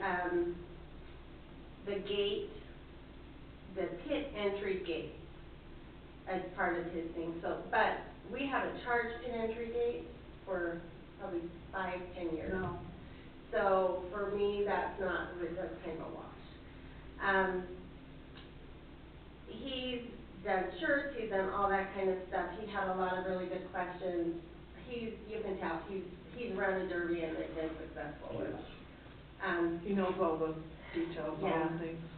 Yeah, he brings the announcer in. If you look, we still provide fire and medical, the prize money, the arena built by the county, which would be the same, the PA system, the water truck. And then the trophies we talked about, maybe just getting, the shop, the FFA class to do their laser engraved metal, because that's kind of what they like, because they can hang them on the wall. Oh, that's cool. And so we talked about maybe making a donation to our FFA if they will do that. Then that's kind of a win-win for us, instead of giving like money to some random company for the thing. So, having said that, I know that's gonna mess with my fair budget. So I have a couple thoughts running through my head. I've been the fair director for 15 years, this is my 16th, and we've always had $5 gate entry fees. Personally, as a mom of 6, I appreciate that, because I appreciate that we could say, bring your family to both events, because it's not going to break the bank. And I would rather have people in the seats than have too high of a gate. But I know we've got to kind of make up for this, and I was looking at the gates. Last year we had our highest rodeo ever, which was $8,540, and our derby gates were $9,965, so they're usually around $10,000. My question for you is, and I didn't want to make this decision or have my board, because obviously you're our bosses and we answer to you. We talked about this, and I said, no, bring it to the commission. So, you can't even get into a high school ball game for it's $8 a person. If you go to a state event, it's $12.50 because you have to buy it online. Is it time to say, well, maybe adults will be $10 and kids still $5? And if you say, well, half of the gates would be adults, then our gates should be around the 13 to 15,000, and would cover the cost of bringing this person here. So, I mean, you've been on the commission for a while. In the past, we've had this discussion. We've decided we would rather have it be a service to our community and have people come and enjoy. But we've never had this issue, so I'm here for We were doing a family cost there for a while, was it 20? That was for the rodeo. It was for the rodeo. Yeah, just the big event. It was, The derby, I think is. the derby, they have to pay. Yeah. It was $20, we bumped it up, I think 2 years ago, to $25. So it gets 5 people in, and if you have more than 5, then you get one free. And we have quite a few take advantage of that. Right. There is a home ball game for Beaver that weekend. Milford still didn't have their schedule out, but, so that's something to. It's actually a home ball game? It's a home, yes. But it's in It'll be down. on Friday. It'll be on Friday. And it's on Friday. This is on So, Saturday, yeah, so it conflicts with the rodeo, not the derby. But last year, I want to say last year's was a home ball game too, and our gates were higher than we've ever had for the rodeo, so. Well, no, I think the home ball game is what Takes keeps away. people here, Yeah, honestly. It's the away games that screw with yeah. their kids, I think, but. So what are your thoughts? Well, it sounds like we have to have something, because otherwise you're not gonna have anything. Mhm. And I think you have to start doing this eventually, because people's not gonna wanna do it. Right. It's a lot of work, and. It is, it's a lot of work. My other question, and I mean, this for Attorney Christensen, we still are covering the insurance. And we're covered through USIP, because we've had somebody, and we have paid Chris. For the derby For yes, for everything. So, but like the carnival brings in their own insurance. The rodeo, do they have $1 million? I didn't bring my contract with me, It's but. my memory that they. It seems like they have $1 million. We do not have the insurance, and in the past, we've been covered by USIP. We had like bazillions of trainings a few years ago, specifically on derbies, and we have been covered. Would these people not have their own Stephanie, insurance? scroll down a little bit. No, that's what I don't know about. That's a big question for me. But we're gonna pay for the insurance regardless, right? Because if they have to pay for it, they're gonna pass it on to us. Yeah. So that's a question, I don't know if, is it Johnny? Is he Miller, Miller? Johnny Miller. If someone could ask him about that? But I don't think, if you're contracting them, they've gotta provide their own. Because we had this discussion about a month ago, and if you're contracting with somebody, it's up to them to get their own insurance. We're gonna cover our volunteers and all of those things, but you can't cover somebody else. I mean, that's why, they have to be an employee in order for you to be able to cover them. Well, I think we were covered with Chris, even though we paid him. Right, we paid him. Well, that was because he was still was like a a volunteer, volunteer, yeah. if it wasn't a contract, He but was this guy's a actually So a. if we need to go back and say, hey, we need insurance, which if the guy has, That's you and that, they already have it. 60 Yeah, a they're year. This would just be for This guy's him and his own crew. He's gonna have. He's gonna have some liability coverage. It's for him and his crew. Yeah, so that's something that I need to find out, but that could add to it if it, I don't think so. I don't think he's gonna have it for whatever he does, it's gonna be Yeah, doing. he's gonna be covered. Yeah. I can't think. All he's gonna do is provide a certificate to us saying that he's covered for that. Because if he has his own company and whatever, you know. Just to run that operation, yeah. Correct. He's gonna have his own insurance. No different than like he the runs bike in race. California, not Utah, so I don't know if Utah would be. But you could do multi-state, like there's liability coverages that you can do multi-state, it just depends on. Richard Carnival does that. Right, They run right, California. right. Scroll back up to the topic is contract, You can maybe ask him. because see, his address is Enoch. Enoch. Yeah. So yeah, I would he's say in he's a Utah company. True. Even though he operates in California. Yeah. I thought he said he did some in Utah. Yeah, well, he says he's been thinking about kind of going into the Utah market, but he hasn't really Oh, okay. done that yet. So tell him don't screw us up and we'll be fine. Yeah, He'll be- so I talked to Logan Smith and I talked to some local drivers for Logan. And he's a very nice guy, they think he would do a good job. One of the things that they're worried about is they're gonna have to run with the Iron County rules, which are a little more stringent than what we have. And so the local drivers would prefer. This guy. So what local, can I ask you what local drivers said they would come and drive for him? I know Bradshaw. Okay, yeah, but I'm just wondering who He's the one you got hold of. but I don't know a lot of, Yeah, I mean, Right. they're ones that like go to different Yes. places, so. yeah. Well, I know this thing is a heavy lift. I mean, I did it for 13 years, I think. And, you know, and it was all voluntary, everything, but, it's like the world doesn't work that way anymore. Bottom line, what's the price difference between what we've done? So we had a 25,000, so if you add all of this up, what's the difference? The difference, all of this, I had them run in our current budget. The only thing is we paid Chris $1,500, and we would pay him $5,000, so it's $3,500. $3,500. I think you said that, I just didn't write it down. Yeah, so bottom line, that would be what it was. The total, But if you increase the gate, then you cover It's that. all that issue. yeah, the total fee is $22,500, the actual budget's $25,000 because we spent about $2,000, $2,500 for shirts, for the pit crew and all that kind of stuff. So that's still in the budget, the shirts could come out of that, but the total, the money is $22,500, the price money. So if we do 10 per adult, I think it makes sense. I do too, I don't have a problem with that, and still keep your kids.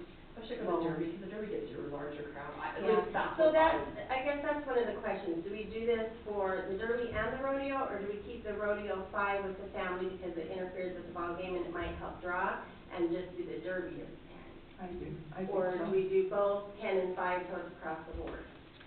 I don't wanna do like 8, No, and you that's don't. too hard, and then. It's way too hard. Yeah, we gotta, I think, I know it's like doubling the Yeah, let's price. go to but- $9.99.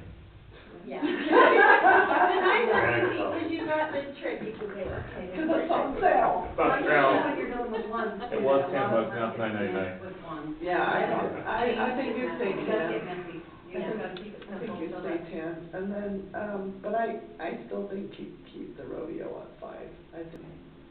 So do 10 and 5 for the derby, adult and kids, and then keep the rodeo at 5 with the family pass, how it's done it. Yeah. I'm fine with that. Adults are 12 and older, 16, what's the cutoff? I would say 18, like if they graduated high school. So in high school, they'd still be $5. Yeah. I'm good with that. Yeah, I agree with that, too. Yeah. I mean, that way, if you've got a family coming with kids, then they still get the $5 rate, it's really only the adults that are increased, so. So you're good with that? And then is your family thing, is it 30 or 25? You do a movie It's theater? 25. Okay, and you only do it for the rodeo, you don't do it for the rodeo. I mean, if we wanted to do a derby family, I would say like maybe, I don't know, I would say 30. 30. Yeah, because that's 2 adults and 2 And kids. 2 kids. Yeah. Yeah. That helps me, but whatever.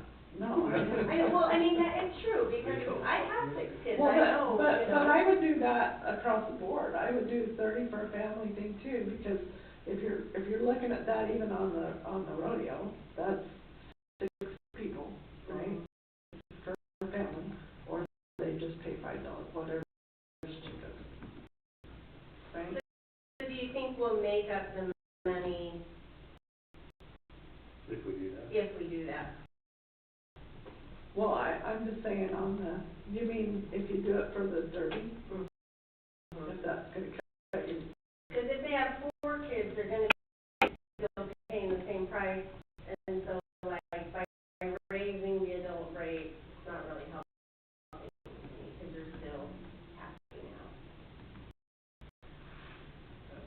Yeah. And there were a lot of big families that came through the gate last year For the derby. for the derby. Yeah. So, It's a big draw. I mean, I think we just do 10 for the adults and 5 for the 18. I know, And okay, say and leave that- the rodeo where it was. Leave the rodeo where it is. Okay. sounds good to me. So if whoever has power, 5 minutes, you want to, 5 minutes, or do you want the electronic one? I'm kind of.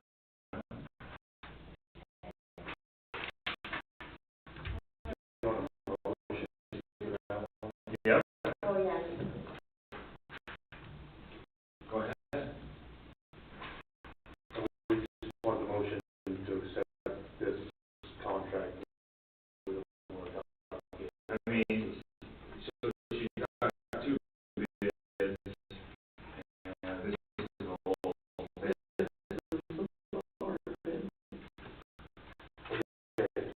I will make a motion to accept the contract from full contact racing to take care of the derby for us for 2024.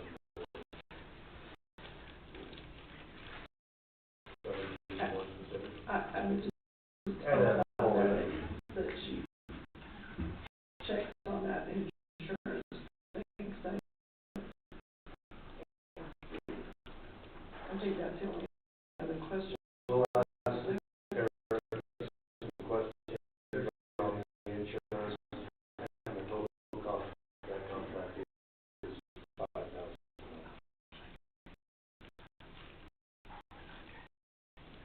I'll second that. All in favor? Aye. Aye.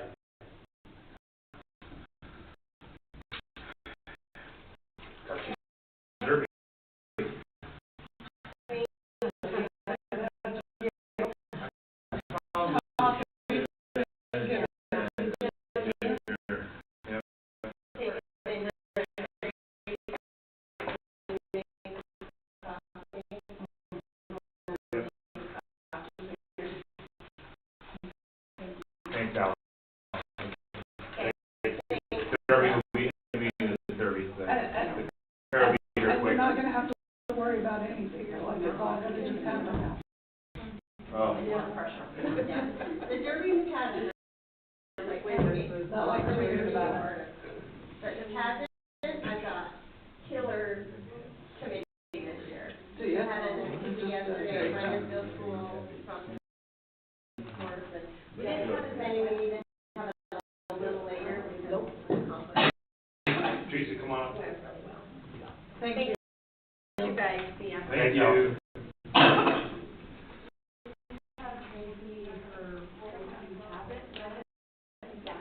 On Zoom, she wanted to come in and Good. be with her, so I'm gonna bring her in. Just for the record, if you don't mind. Who you are and why you're here. I mean, your organization. I know you are, but for the record. Teresa Wood from the, Oh, my God. I'm Teresa Wood from the Children's Justice I'm Center. not telling how to do that. And there's Tracy. No, there's Tracy. Tracy's with the Attorney General's office. You got a couple things on the agenda here. Let's start with the first one though. Remodel. Oh boy. Should we go in reverse order? Is that okay? Do we need to go in order? No, this will be fine. Well, I don't know, it's just on the agenda, this is for people's, but I don't know if someone's gonna show. I don't care, yeah, you can reverse No, it. it's fine. Let's just talk about the remodel. You want Tyler up here with you? Do you wanna come up? He's like, He can't it's just not something we should attend. He can't just be yard art in the back.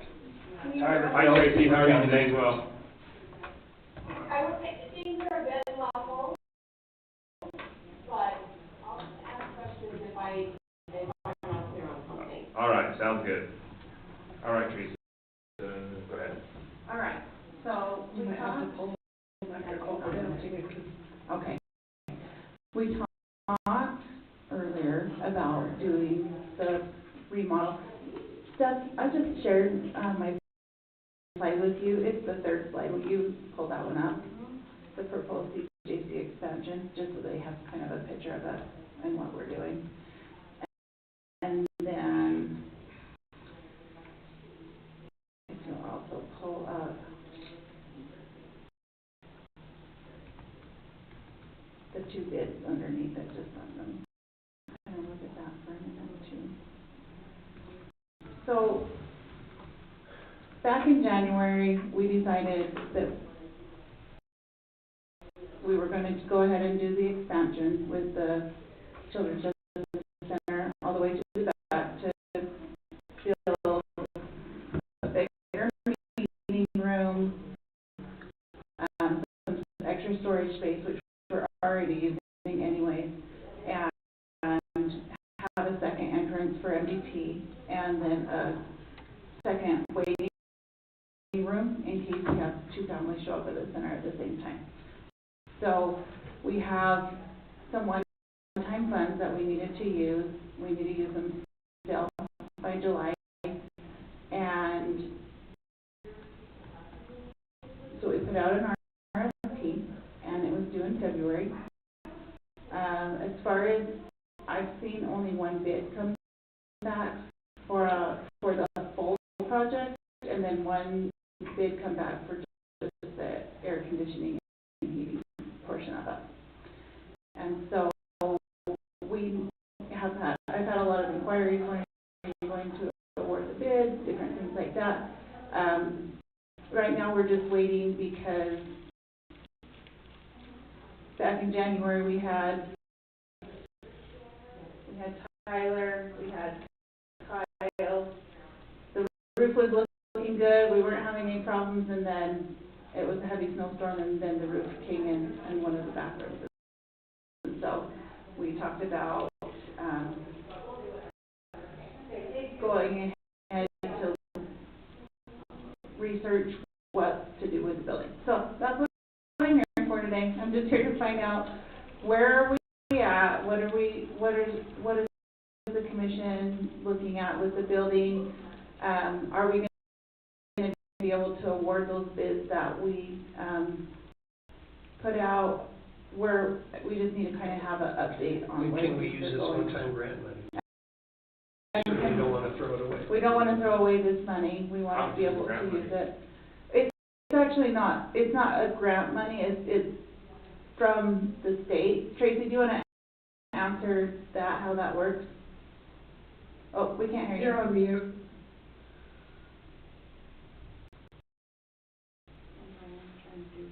Okay, happy to answer questions about the funding source. So you might recall that last year we were able to get a substantial increase for all of the CJCs. And so we were able to increase your regular contract by quite a bit. So right now that money is actually part of your ongoing contract. We received some additional one-time money, but based on the amount that you still had just in your regular contract, it didn't seem to be very prudent to add more money on top of, a balance that it looked like we were going to still have for a variety of reasons. So, as Teresa and I talked through things, recognizing that you had this building need, we agreed that with the balance that was in your current contract, if you were able to move forward on the project, and complete it by, ideally the end of the fiscal year, which I now know is completely unrealistic, but we were talking about this several months ago, that then we could spend down that balance, which the legislature frankly wants us to do. They've been asking about the status of spending by all counties. We could get the roof fixed.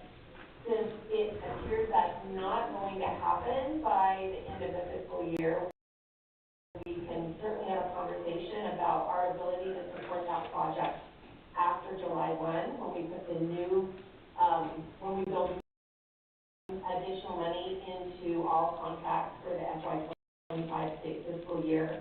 But the source of the funding is state funding, it's not a grant. So Tracy, quick question, this is Tammy, is there a chance that they can carry that over to the next, knowing fully well that that's a project that can't be finished by the end of the year? Can we still carry it over to complete the project? Well, I'm hoping to. Here's where it gets tricky, and you know this as well as spending time up on Capitol Hill. If our center carries over a substantial balance, we have a lot of money sitting on the books, and I do have some caps on how much I can carry over. So the short answer is yes, we're hopeful that, that we could carry that over as part of our balance. But if all centers end up in that boat, then we may have to obligate a little bit of money across the board from every, just make okay, Beaver is going to suffer and people the balance. Everyone may end up having to obligate, but I'm really trying to get people to spend down so we're below. But you got a bid. You know what that bid is? It's on here, if you wanna put slide 5 up.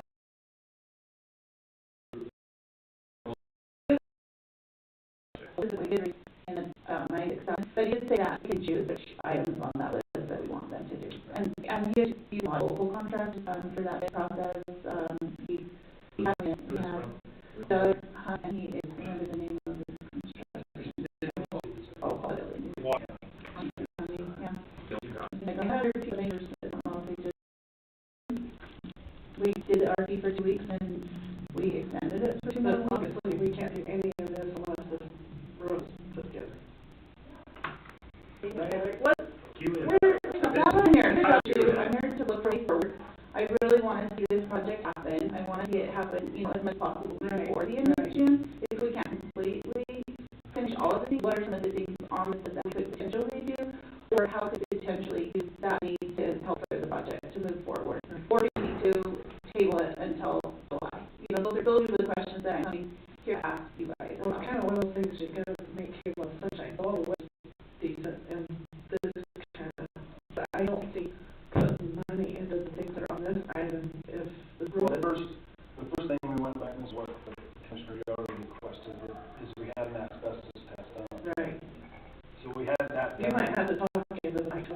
had that done, they come up and did the asbestos test, and I contacted another company that does the, removal of the asbestos. And he actually come up and wait half a day, walking through that whole building, do a measurement, take pictures, but I cannot get them to return me a bid. I've called, I've requested, I've sent emails, I called another company out of St. George, they haven't called me back, I called a company out of Mason, they haven't called me back. So, it sounded like to me it was gonna be quite extensive to take care of the asbestos part, if demolition was in the mix. Because that's what we thought, if we're gonna replace this north wing of the building, let's separate that building, we're only replacing the roof over the portion of the building. Otherwise, because it's a continuous roof from there to the extension office. Right. The extension office roof is good to go, there's no problems with that. So that's kind of where we've come to stalemate, and then. But we don't need a dollar figure on what that is gonna. Well, we had a proposal, Carl had a proposal done back in 21. Yeah. Of a demolition, he had 2 or 3 different figures, and it was astronomical. I mean, it was, so, within this case, if we're separating the building, we're going to decide where we can separate the building, Right. and then do that, and then, you know, we've got to work on plumbing, this other portion of this building is another issue. And the electrical. I think electrical won't be a big deal, we've got some boxes where power Where you can wired supply up that. north, but, as far as the getting water in there, and it might not be that big a deal, but right now I know water's ran clear from the other end of the building over this portion that they're using right now. So, question for Tracy then. Tracy, this is on, how are you, can you hear me?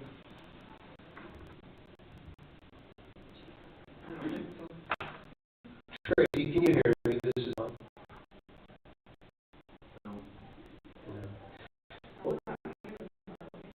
Let me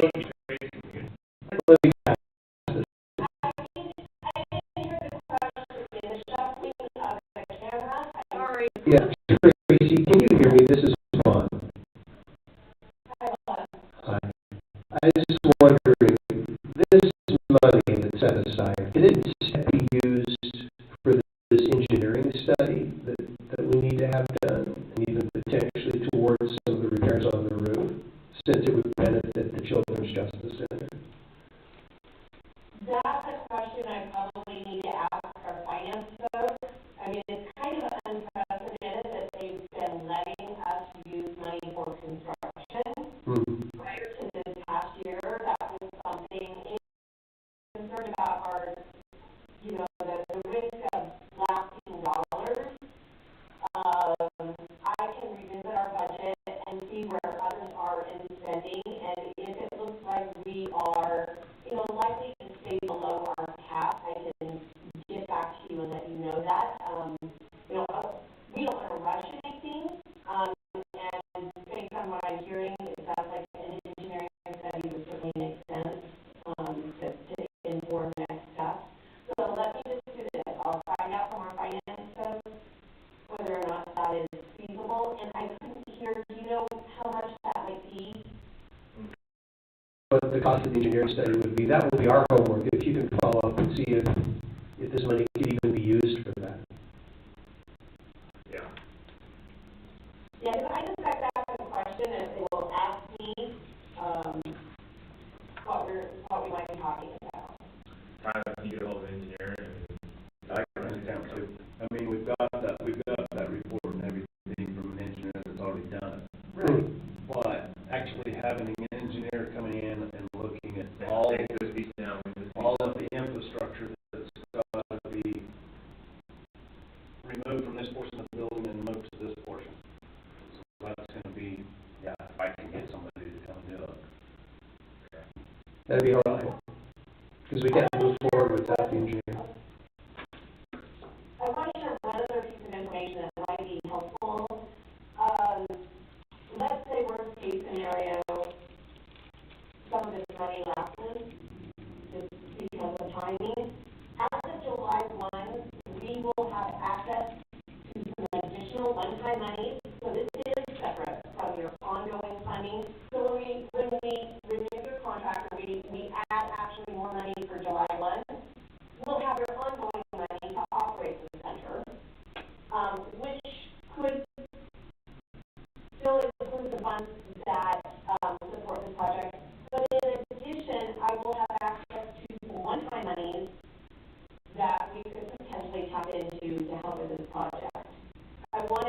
point that out because I don't want you to think that this project rise or falls on how quickly you can move forward. The legislature was very, very generous in giving us 3 years of access to one-time funds. So we have it in FY '25 and again in FY '26. And we're trying to use some of those dollars to address these very kinds of issues, just making sure that our PJCs are in, solid buildings. If they need to move to a new building, we've got a few that are, in new spaces. So I just wanted you to be aware that we do have access to some additional money after July 1. Tracy, that's good news, thank you. Stephanie, will you take us back up to the bid that we received from that St. George company? And then Tyler, this is going to be a question for you. Looking over that list of work, is there anything there that could potentially be done, even though there may potentially be future water damage? In other words, can we get started on any of this stuff and use the available money that we have right now? I do not know. I can't answer that. Okay. I think that needs direction. We need to either, we gotta know what we're doing with the building before we put anyone out there, right? To be honest with you, I've got so much other stuff going on with this that went to the side right on me because, I've been trying to contact people to tell me it's not feasible to do. What direction do we go after that? We still have to do it if we're gonna tear it down. Well, yeah, We have to do it. I think the commission was leaning in the direction of demolishing the old hospital property, but keeping the extension office, keeping the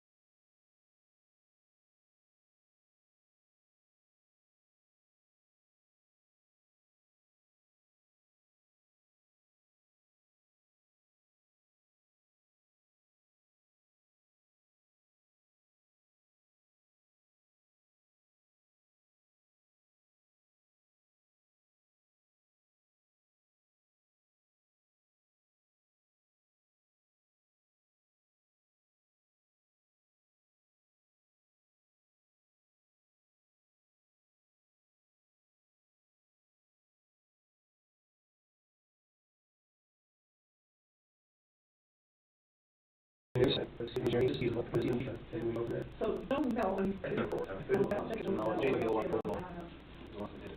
not in the man?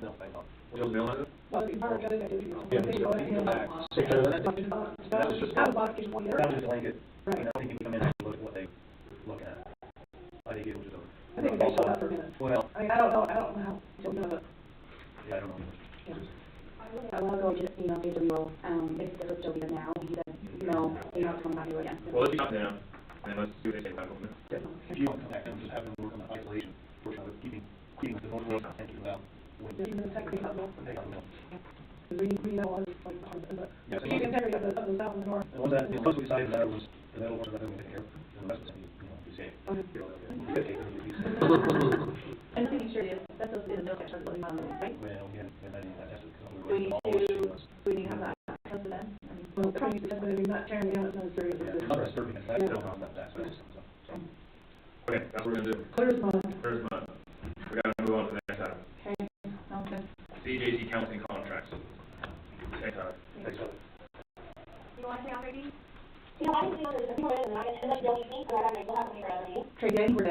is just our basic contract, we just have 3 more counselors that sign on with it, so we need to, see if the council wants to approve having them sign on. Great, that's good. I'll create the fee, those are your county, but I get you have to, so I'll look for the Monday. So, okay, thank you. Okay, thank you. Bye. And here, I know contract, I usually get copies to commissioners. So the only difference would be, so let's say the same thing we signed for, we signed for, right, this is PCJ counseling, and Bria there, it's just everything on with us, and basically we signed on a little bit higher rate, but that's because of their level of expertise that we were able to prove to the state, and it's within the state guidelines for what they paid, so, that's the only difference on that one. Who are the 3 counselors? So there's Diane Huff, and Michael Thornton, and, who's the other one? You do, and Michael and I. They don't know their own.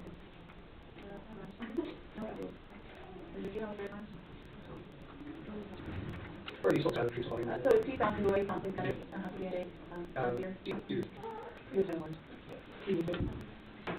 They don't, they are supposed to, sorry, they're probably.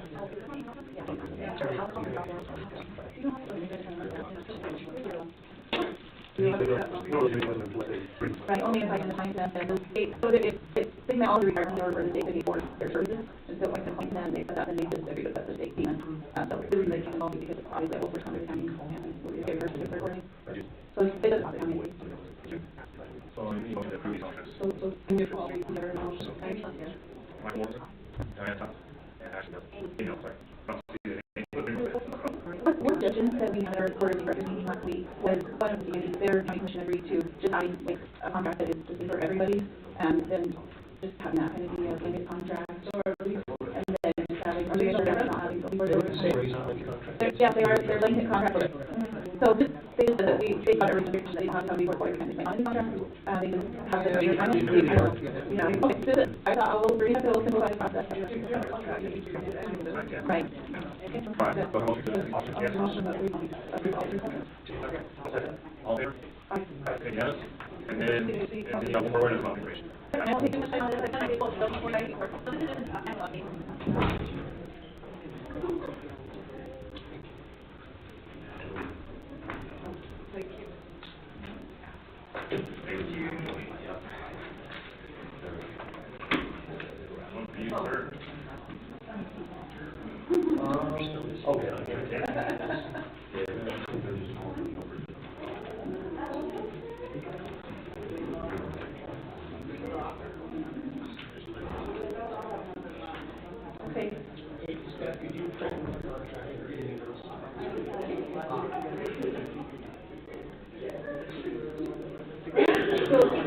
I just wanted to let you know some of the events that we've been doing for Child Abuse Awareness Month. April is Child Abuse Awareness Month. You might have driven down Main Street in any of the towns and seen some of our big banners that say April is Child Abuse Awareness Month. I think just having it in the public eye and letting people understand that adults in Utah are mandated reporters, just helping them to remember that we're all here to protect children is a good reminder every year to do that. And the city also printed a little thing on the power bills, so if you look up the power bills, there's an article in the newspaper this week on page 2, just about those things that the Children's Justice Center does and child abuse awareness. We took Pinwheel to all 3 of the elementary schools, and just with a little message that a pinwheel is a symbol of hope, and it's also a symbol of safety and healthy, happy childhood. And so just, we encourage the schools to let kids take those pinwheels home and plant them in their yard as a symbol of that. One thing about the pinwheel that I love is that it spins, and so it just reminds us that even if things right now are not going the way we want them to, or they're really hard right now, it's eventually going to turn around. And so that is a really hopeful message that I like to spread in the community, and so whenever I see a pinwheel, it just brings a little smile to my face. So we continue to do that. The battle last week, and they had the pinwheels everywhere. Mm-hmm. Like everywhere. That is every time I went there was pinwheels. Yeah. In Nevada? Yeah. That's so cool. Yeah. So that's something that we like to do every year. It was a little bit we didn't do as much this year just because April in Beaver is so windy. those kind of go all over those They're places. gone, huh? They're gone. One year we set up, I think, 600 at the elementary school, and an hour later, they're all gone. Yeah, Oh, geez. yeah. Yeah, so we did a little bit differently this year. We put some pinwheel pots in some different offices, and just having that visual reminder is a great way to spread that awareness. Another thing we did is, will you click on slide 2? We shared a message for new moms, and we took these to the hospital for them to put in the new mom packages. It's just really helpful information, and then we gave them each a pair of socks, and then underneath the pair of socks you can kind of see their QR code, and they're all websites that are related to helping parents with all of the challenges that parents face, and all that in an attempt to hopefully eliminate parents that don't know what to do, and maybe parents always want to do the best for their children, but sometimes they just don't know how. And so if we can provide those resources and provide that information to them right off the bat, and just give them that support and service, that's one thing that we can do to just help eliminate child abuse in this world. So that's one of the things that we did. Great, thank you. Yeah, you're welcome. And just really quick, we've got our 2023 fact sheet out, and so just wanted to go over that. We did 40 new cases were opened, 28 girls, 12 boys. We did 28 forensic interviews, 18 medical exams, 87 other family members served, 56 cases that involve sexual abuse, 30 cases involving physical abuse or neglect. Now you're probably wondering, why are those numbers higher than the actual numbers of new cases open? Some of these are ongoing cases, and some of them are secondary victims that are tied to the same case. So those numbers don't always match up. 7 cases involving pornography, 5 involving domestic violence, 11 cases involving drug endangerment, DWI, and 10 cases of other types of abuse. And then it just has the ages of the children that we served at the Children's Justice Center, and some demographic information about the suspects. We were able to successfully prosecute or come up with plea agreements for, I think it was 14 cases this year. We had a pretty busy year with prosecution of cases of child abuse, and those are all things that our multidisciplinary team helps to make those decisions, regarding whether they get sent to prosecution and different things. It helps the prosecutors, law enforcement, child protective services, and therapists. They all give their expert opinions on where cases should go, so that we can have those best possible outcomes for families, and so that justice is served. So that's my report. Awesome. Thank you, Tracy. Any questions, any comments? No, thanks for what you did. I wish it wasn't needed, but thank you for what you do. It's alarming that the numbers keep going up. Sheriff one. Sheriff wants to I say just need something. to ask a question on the 14 cases that we prosecuted. That does not mean that we are done with all of them. That's accurate. We still have some in the pipeline that have not went through, or hasn't been sentencing yet, and are still being worked out, so. And that was just, And I'm just letting her know we've got more, so she's right. Yeah, it's always a need. And if I could just take 30 more seconds, I really want to thank our community partners. The county commission, the county has been super supportive of the Children's Justice Center. I can't even, now that we've got our law enforcement partners here, I can't even begin to say enough good things about our law enforcement.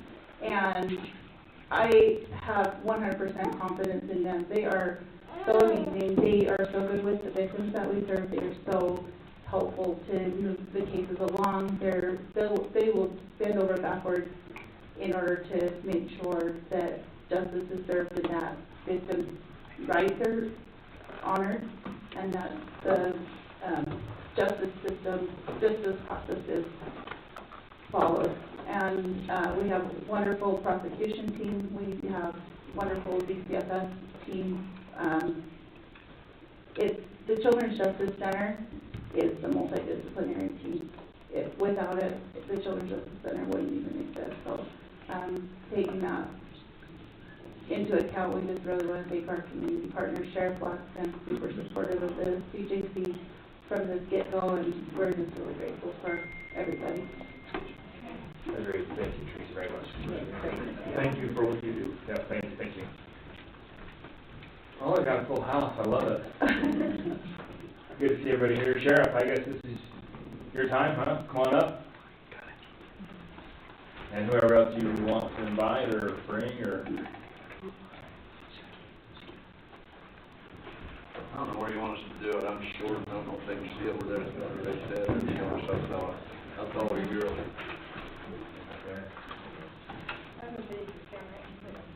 Where you going? Brett? Sheriff, you want to come here? You want to come up here? Run something flag? Yeah.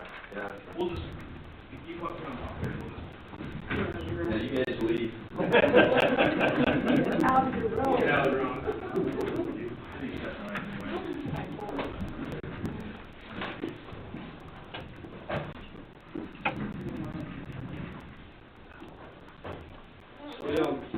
Just so those of you who don't know me, I'm Sheriff Black, Beaver County Sheriff's Office. Up here with me, I've got Miranda Martin. She is over at the Beaver swimming pool direct. Also, she's one of our EMTs. One of my deputies, SRO, Tyler Skeena, my chief, Kylie Maycock, Commissioner Wade Hollingshead here. Obviously, we want to recognize the other commissioners. We're here today for something that could have turned out a lot worse, but because of a couple of young girls in our community that had the desire to serve and to learn some skills that may help them in an emergency situation. In an emergency situation, this has a good outcome. And so, just want to read something really quick. Bravery is not the absence of fear, but the action in the face of fear. Mark Messier, I think it's some French too. But anyway, there's a lot of truth to that. You know, you've got to face your fears a lot of times. You've got to go and deal with something that's not comfortable with. But being a good person, being basically, in my mind, a true hero is, it doesn't matter what that fear is, you push, and you push past it, and you go in and you do what needs to be done to get the best outcome that there is. On February 16th, 2024, Beaver County Sheriff's Office Dispatch Center received a call that there was an unresponsive male, and CPR was in progress. Officers and EMTs responded to the scene and witnessed two young girls performing CPR on a male subject. Soon after arriving, EMTs transported the subject to the Beaver Valley Hospital, where the efforts were shown to have been successful, and the subject survived. The two ladies are American Red Cross certified lifeguards who coincidentally received CPR and first aid refresher course 2 weeks prior to the incident. Due to their previous training and quick thinking, these young ladies saved this man's life. In the face of fear, they chose to be brave. And for that, we want to recognize Capri McNeil and Brady Air and offer them the Beaver County Sheriff's Office Citizen Life Saving Award. Please come up.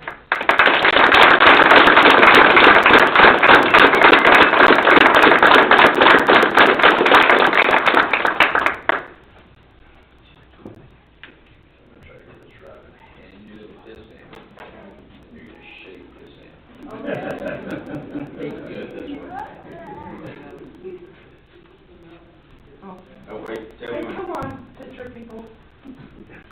Hey, squeeze in there. Wait, that's the wrong one. Good job, Stephen. Good job there, you know. That's why I brought him. Squeeze.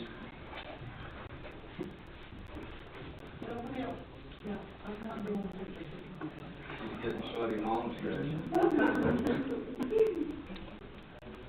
Congratulations, thank you. Appreciate it. One more right here, hold on, one more. Oh, there you go. That? Good, Jen. Yeah, okay, now, this one was yours. Okay, Dan, there, look, smile.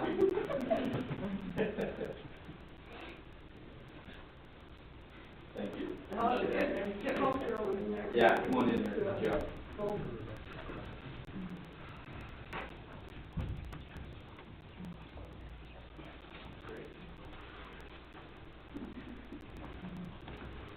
One more, guys. Thank you.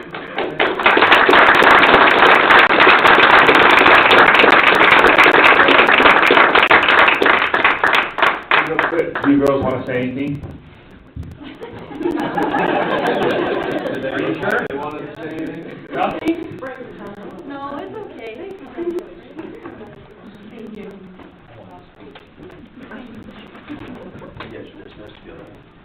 Well, I will just say something real quick. Coming from my background in the medical world, I really do appreciate, and, you know, I get to see some of this stuff, and sometimes it doesn't have a good outcome, and so to see a good outcome from people willing to jump in and do things, and especially young women doing that today is awesome. So thank you very much for your service there and being willing to do that. It's not easy, right? And so I appreciate that. I also appreciate, I don't know, I'm not getting a little emotional here, but the law enforcement and those who serve us. In the public, it's not always easy, and in today's world, it is, I mean, it's been tough, so I appreciate those who are willing to put their neck out and do that for us. So thank you as well, and it's a well-deserved recognition today, so thank you from myself and from the county. Commissioners, I will say, they can say no words too, they won't. Well, I was really proud of you, Sheriff. You weren't up there following, because I was over here following while you were doing the announcement, but, I think the youth in our community are just remarkable, and these two girls, obviously,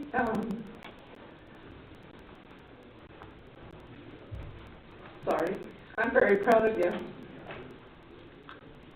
They're gonna be leaders, they're gonna be good human beings going on out and good adults, and I appreciate you guys stepping through that, and that's a heavy lift, that's a big responsibility, but congratulations, not only in doing, you know, your CPR, training to begin with, but stepping up and taking care of business, so congratulations and thank you. You two knock it off, you're gonna get me started. Thanks, girl. I guess as my perspective as a dad, this is a real big deal. So this is not only as a county leader, but more as a dad. This really tugs on the heartstrings to let us know that people are out there watching for our kids and doing the right things and making good choices and paying attention, not looking at the phone and watching bad things happen. This is an example of why we're not afraid of the future in Beaver County. We know we have good people coming up to take our spots, and there's some future leaders right in this room, so thank you. Thank you, guys, and I will just say one other thing.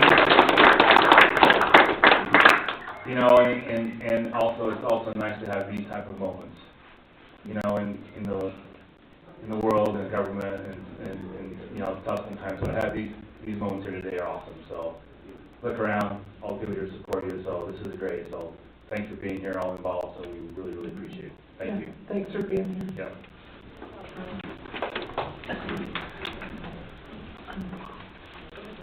You don't have to leave, but you can.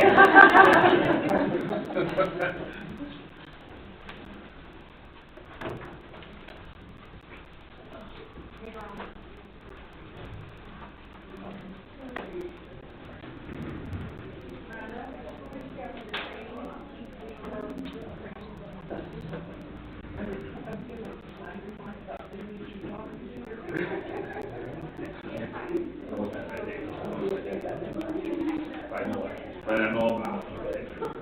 All right, we are a few minutes started, but are we okay to continue? Good.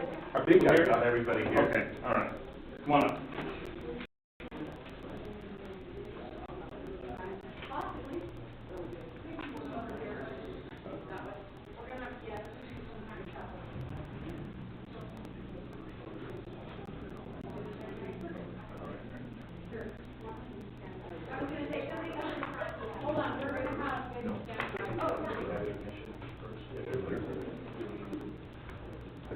There's a roadblock outside, so do it. No pun intended.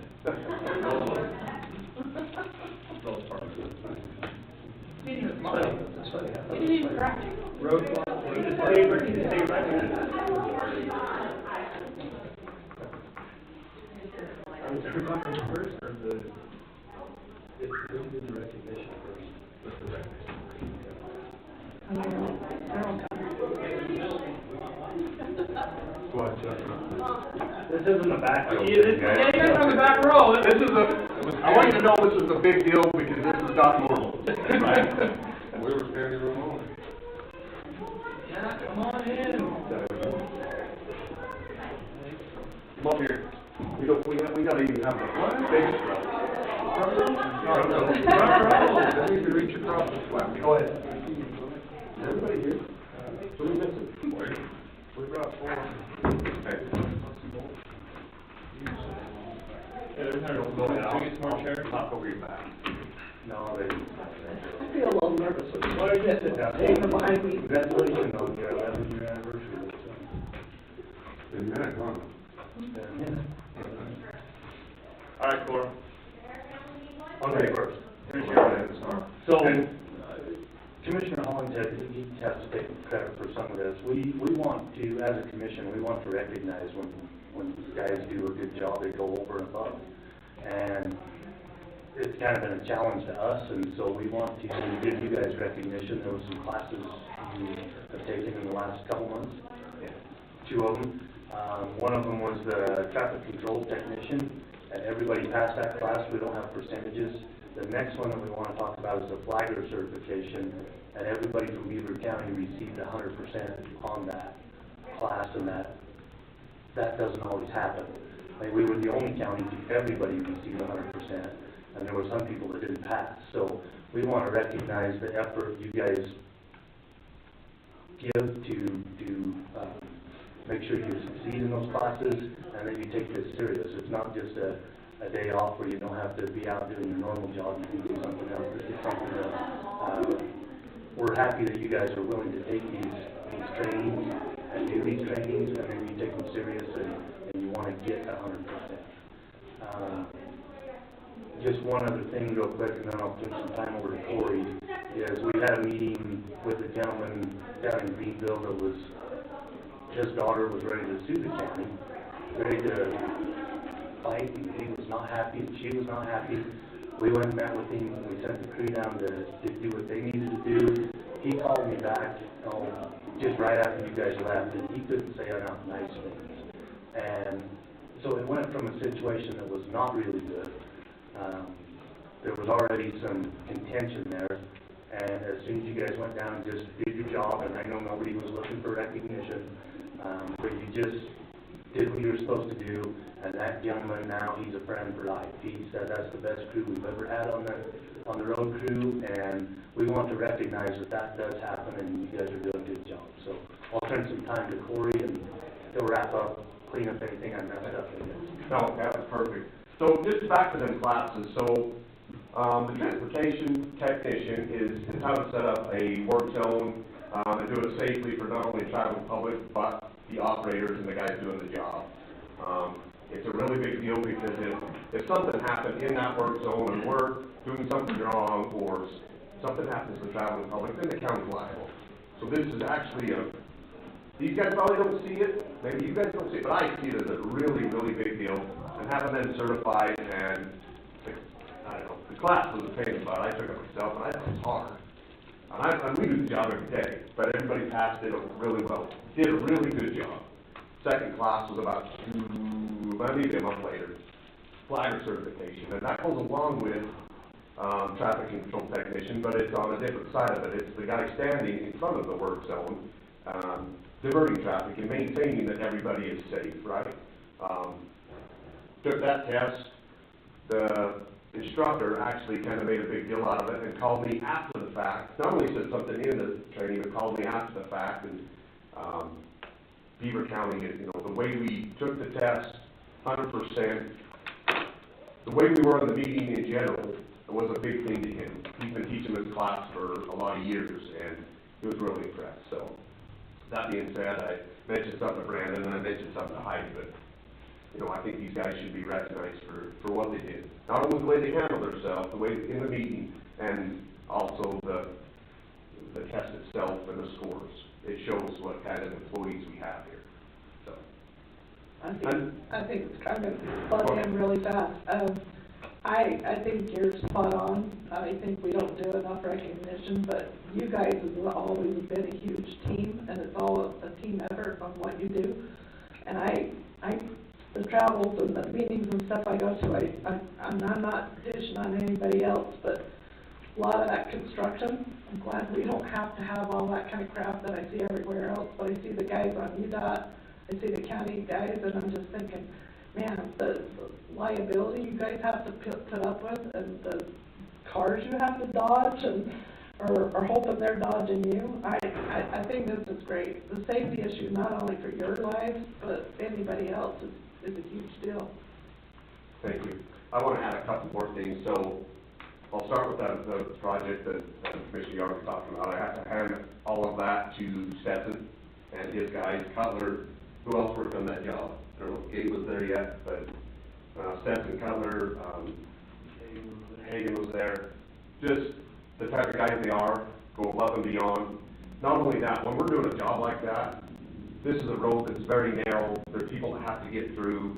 You know, a lot of times, most people go in and just shut the road down, and it makes it hard for the neighbors and everything else. Stetson and his guys worked with the neighbors. They made sure everybody got to their houses, you know, to and from.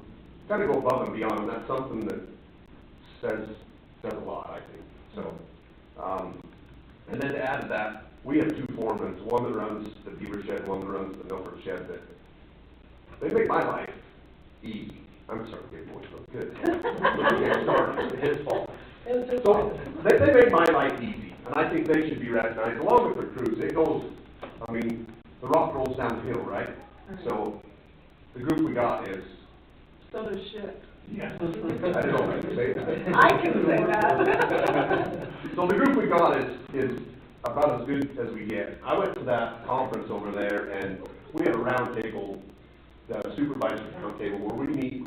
There's a group that try to meet quarterly, but there was a big group that met at that conference. And Beaver County in itself is kind of the, I don't know if you'd say we're kind of on the pedestal in that group because of the projects and the group we have. So it all goes to these guys here that do the jobs daily. So I hear that from the other counties. They're like, what's this Beaver? It's got to be the top of the king of the hill all the time. Only the best here, right? So, and it just goes to show what kind of group you have. So, just real quick, if I might, thanks Corey and all you guys for sure. I know, so part of this comes up with me and the commissioners and Heidi, as you know, we want to make sure the best we can that you feel appreciated in what you're doing. And I want to be sincere with that, not just say words, right? Because I think you need to understand that the road department is probably heavily scrutinized, probably more than any other department out there, probably. Yeah. Because of the roads, obviously, and you're seeing, you're not seeing, or whatever it may be, right? And so, I hear a lot of good things, and I always try to vouch for you, and I just want you to know that, you know, your jobs are not easy, and, you know, I appreciate it, and we appreciate it, and I think when we recognize you, I hope you feel appreciated for what you do and what you do for the county, and your job. And I think it's important that you understand that we appreciate what you do and how you conduct yourself, and getting these trainings are a big deal. I think they help you in your job and succeed, and so we want to make sure you understand that we appreciate what you do. Sincerely, you know, I think Heidi's been really helpful in making sure that we kind of start recognizing people a little bit. There's some suggestions there. Corey himself can do that as well as the department head. So you know, I want him to understand that we appreciate him too. You know, it's not an easy task, and this is a difficult budget, and, you know, in road and departments, a lot of work to do. So on behalf of the commissioners and myself, I guess you guys start yourself again. Thank you. We appreciate all you do, and keep up the good work, right? You know, this is the best kind of living, honestly, I think. We've got a lot of opportunities to do stuff here, and so thanks for being here. And all the other places you can work, thanks for working here and for us. So, not just for us, but the county. Ginger, Vaughn, all of us here, right? Because we all drive on the roads, right? I said, oh, this road's a little bumpy, I guess we better call the guys, right? So, I don't ever do that, but. Anything else? Anything else for that? no, thank you. Thank you. We're going to go lunch. Right on. Anyway. You should. Come on. Yeah, can we keep? Myself and Colt will stay Yeah, for Colt, 5 yeah, minutes. 5 minutes, yeah, you guys can have a seat. Hey, one other question, do you guys have anything you want to say, anyone? I'm good. There's a microphone right there. I see you looking good. Like you want to say anything? Just general, no. You got to go. Just to what we had to the talk we have. So we are shorthanded in Milford, and we struggled to find, we've got a few applications, but, we struggled to find anything too much yet, so that's. That chair must be low. Yeah, what is that chair? Either Colt's really tall or somebody dropped that chair. Color's a lot bigger than me. Oh, that's funny. I made a couple copies. Yeah, this is just everyone, she turned it off for you. That looks weird when you said it kept sitting down. I have it all back there. This is just another one, same setup, just another county. One more. And, sorry, I only printed one of these out, but that's the one that we have in effect now. This is that first one? Yeah. So 2 things on the weeds and all the cost, but a couple of, I guess, situations we've had is we've gone to spray and people get kind of sticker shock on how much it costs to spray some of these weeds. It's as much as $300 an acre sometimes to get rid of all these noxious weeds. So, people have asked me if they can they want the weeds taken care of, they want them sprayed, but they're not able to pay $300 right up front. So they've asked if we can accept payment. Do a payment plan. To do that, and I don't know who that all affects if we do that. Colt is keeping track of the billing and even the receivable side, right? You're receiving. Tracy and Ginger are helping on the receiving when it comes into them. Tracy has access to the billing side of it, and Okay. she's putting the bills in. The system that we're using though, when I talked to Tracy about it, if it was gonna be a headache on doing payments, she said that it wouldn't be much because the bill would just show that it's not paid, and then when that happened, she said she would just click send again, and so therefore the bill would get sent again in like 30 days to collect, start, With the so just give you updated balance. with the updated balance, Okay. yes. That's how Tracy explained it to me. She said it shouldn't be a big deal, if, on our end anyway. Ginger, you might know more about that. Way. To add to that, Commissioner, a lot of it is,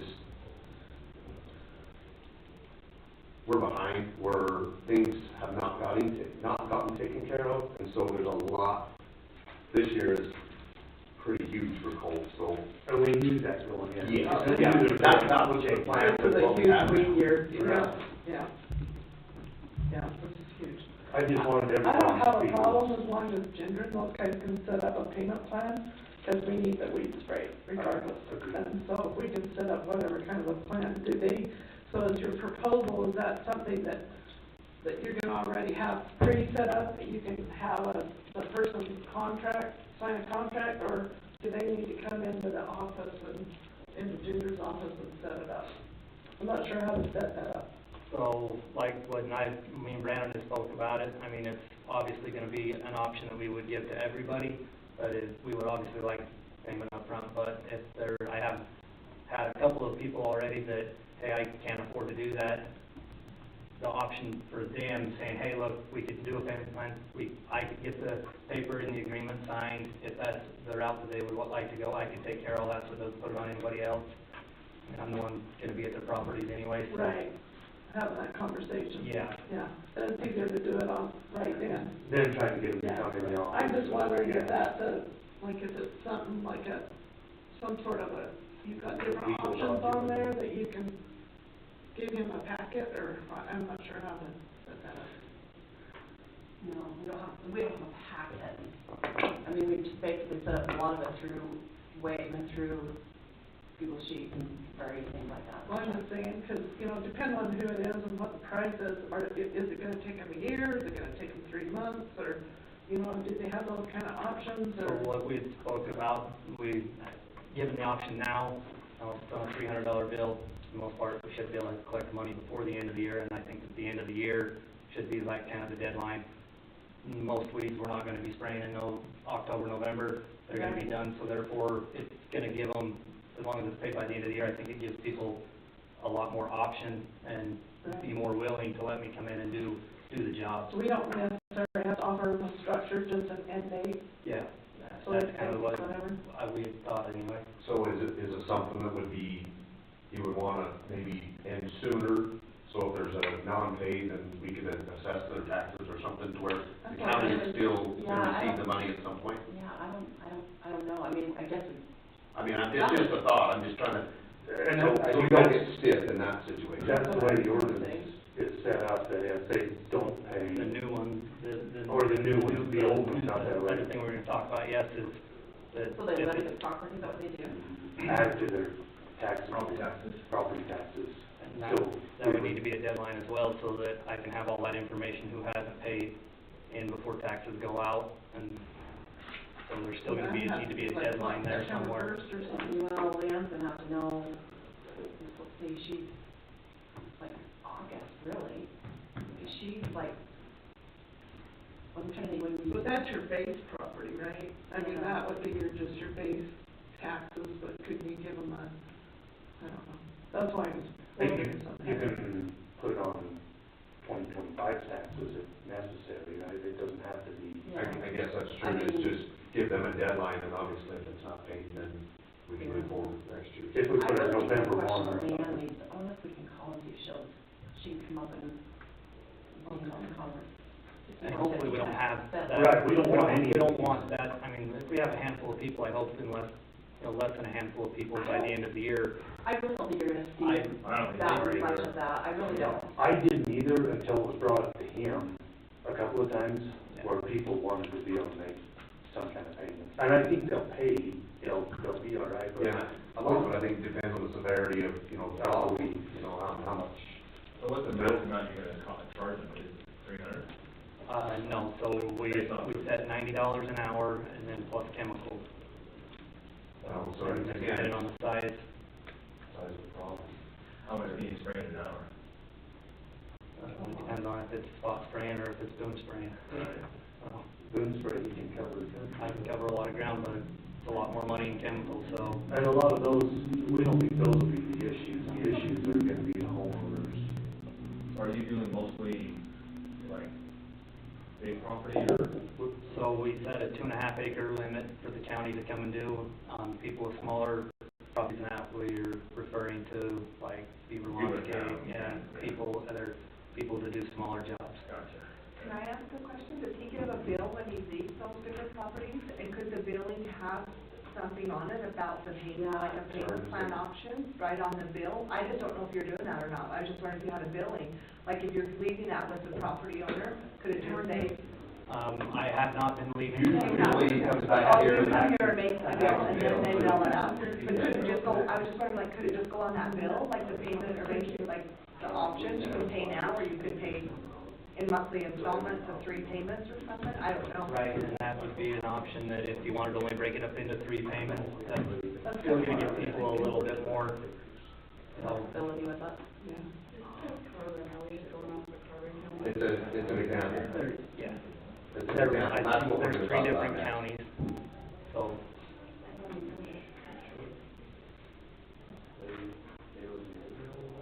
The flyers that went out that kind of told people what we were doing with the weed program, how did we decide who received the flyer?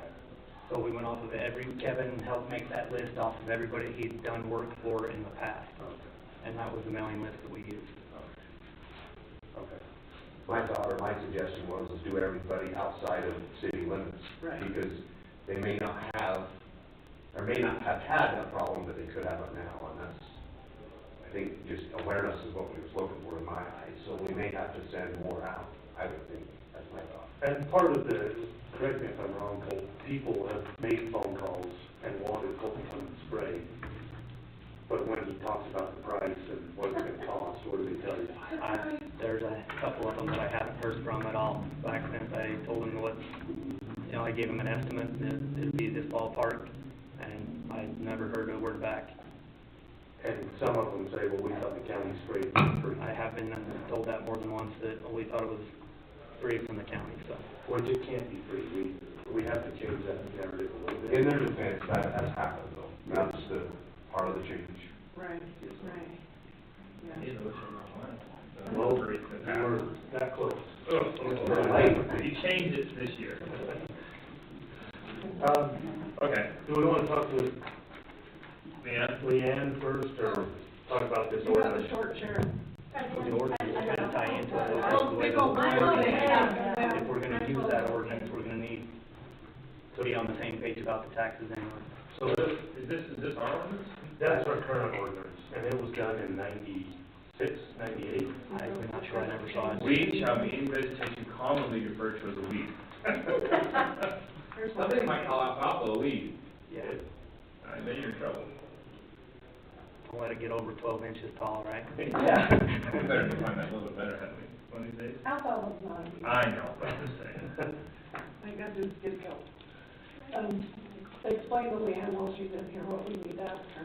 So, I guess, why we want to talk about these ordinances is these are some ordinances that are commonly used. We're talking about spraying weeds. Spraying weed, so, but as part of the ordinance, we would send a bill to the landowner. If they don't pay that bill, then it's assessed on the taxes. And we don't know the process to do that, I guess. The deadlines and those kinds of things. And this would be extreme situations. We would hope we could, take care of it before it gets to this, but what would that process be? So all the ones I collect for is the ones, the Elk Meadow, Okay? the resort on there, but that's not weeds, that's their assessment, and that was lined up by the county years ago, that if they didn't pay their assessment right, that they could attach it. Then the only other one is Milford City, and Leo could probably address it, because he was the city attorney, has done what they call a Milford cleanup. And probably in the 20-ish years that they've been doing it, I've only done 3, where they recorded a lien with the county recorder, and it was applied to the taxes. But it was an ordinance that was approved through Milford City. Every once in a while, we've done it for Surface District 5 as well, and it's been a very, very long time. Yeah, but that's been 40 years. They're all dead now, but yeah, so it's an ordinance that. Yeah, I think Commissioner Yardley's getting at is, currently it could be classified as a nuisance if the county has to go in and abate the nuisance, and we can either take them to court or we can just, run it against their taxes. Yeah, I think you have to do. Yeah, there's a process that we go through. Like you have to do 4 or 5 letters to them, certified letters, but Milford City just did one, was it 2 years ago? Last year. Or last year, yeah. And so they might have something that you can. I think we need to ask them, can we actually attach to their taxes? Can we do that? If you have that ordinance in place. Okay, that's what I want. And you have to do all the steps before you can do it. Well, yeah. And I don't know the ordinance, I don't have a copy, but that would be someone you agree. Something we'd have to. We would have to update the ordinance. Yeah. Yeah, if we have an ordinance. And that's the next thing that. We do. In our nuisance ordinance, we can declare it to be a nuisance, and we can go in and clean it up and then bill them for it. Yep. So do you list it as like other on the tax notice? Like how do you? No, it goes in as a lien, I have to establish a certain. Okay, so there's work to it. Yes, Yeah. there is. But it's easy on my end, because I just have to know before the 1st of September, and I approach you guys and say, hey, they approached this, but you do have to record, or you have to record a lien in the recorder's office before it hits me. Well, like Leanne said, though, hopefully, we wouldn't have, we don't have to go to this extent to collect money from somebody, and, but if we do update the new ordinance, and you can show them, listen, this is an ordinance, honestly, like they said, that you're not gonna have very many of them. I think people are gonna go ahead and pay the bill, it's just gonna be some teeth in there to make sure that if we do collect our money, I mean, if we're talking a less than $100 bill, is it really worth our time? Right. But if we get stuck with a $500, $600, $700 bill, that's gonna start adding up. We can't do it for free, so. Right. And that's what we already have an ordinance. Our nuisance ordinance states that we declare that that's Something that we want to push is children ordinance. Okay. Okay. So, yeah, just let me know, mine's easy to do. So this is one that we're considering, it's from another county that we're looking at updating to. And I guess the other question we have is if we did work in 2024, can we assess in 2025? Does that have to be in 2024, or does it matter? I don't know the timeframe. I know you have to legally notify them several times. speed for you can, Yeah, Okay. so I think, and honestly. I mean, it's an option, maybe it's something you don't really want to do. Yeah, I don't ever see Yeah, what we do is the we just ordinance define or not it's just read, recorded and use then they let me know and then I charge you guys. These are documents myself. okay. So that's the list of options. That But should, I think you it's could just, you could do complicated. that as an article, those noxious weeds right there. Sure. Sure. I'm really excited because we set up, credit card online payments now too. So I'm really excited, I think that's a great option. Yes, the new billing system's working very well. Yeah, I think that's awesome. Yeah, so there's much more. Well, I think the first thing we need to do is we need to update our policy, because, ordinance, I mean, sorry, our ordinance is super old. Well, yeah, and so to be clear, I've been over this with Commissioner Yardley, our existing ordinance declares noxious weeds as a nuisance. So we send a person out notice, hey, you got noxious weeds and they're out of control, fix the problem, we'll fix it for you. And if they don't fix it, we have two choices, when we take them to court, get an order from the judge and then go in, or we just go in on our own, fix the problem, and then sue them after. Right? And there may be provisions in there for us to even apply as an assessment against the taxes, we have to look at the ordinance, but we already have provisions in place to protect us against noxious weeds. I guess the question is, I've given Commissioner Yardley, but maybe all three of you need to look at our existing ordinance before we make a decision about whether to run it.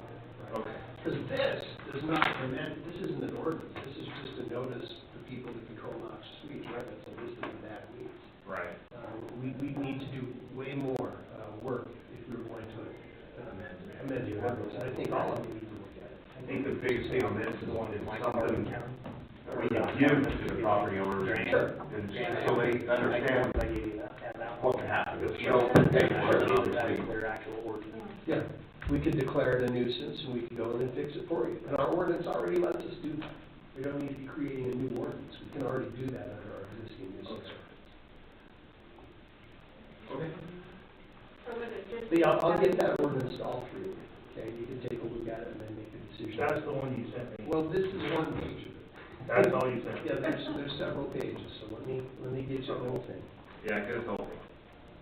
Well, and I think, and to be honest, things have this whole legal mumbo jumbo, maybe you should look at it and see if there's something that we should change before we look at it. Right on. So just being like more upfront though with people, like, I understand the process of us going in to do it with the way Lon's explaining it. If we actually want to get a hold of the problem, and we have 5 people in the county that have 10-acre hay fields that have knapweed in them, by the time we go through this process, it's too late for us. We need, need something that's a little more fast acting, that we can get a hold on that stuff. So hasn't like the NRCS and those guys been working on this for quite a while up here, like through the conservation district and that? Yes, they're continuously working on it, and who's doing the spraying? I don't believe that they have a spray rig that they borrow out. Is that what it is? To people wanting to do it themselves. I just hear a lot about that. I mean, I used to when I was in the conservation district. I used to hear them talk about it a lot. And I have mentioned that to some people that want to maybe try to do it themselves, they don't have the equipment, can't go out and do it with a hand sprayer. I have told them that they have a rig that they. White top and the Scotch thistle and all that kind of stuff. I mean, that's a nightmare. Yes. And if you gotta hit it right, or you're too late for the season. Yep. So, in my mind, I guess, this being just a general notice, if we could change this or amend it to where it's Beaver County, and then this is something that he has, that he can give out, if there's a problem, give out to somebody, and it just put us out. Which one are you talking about? Well, both of them are very the same. Almost word for word. All three different counties. Okay.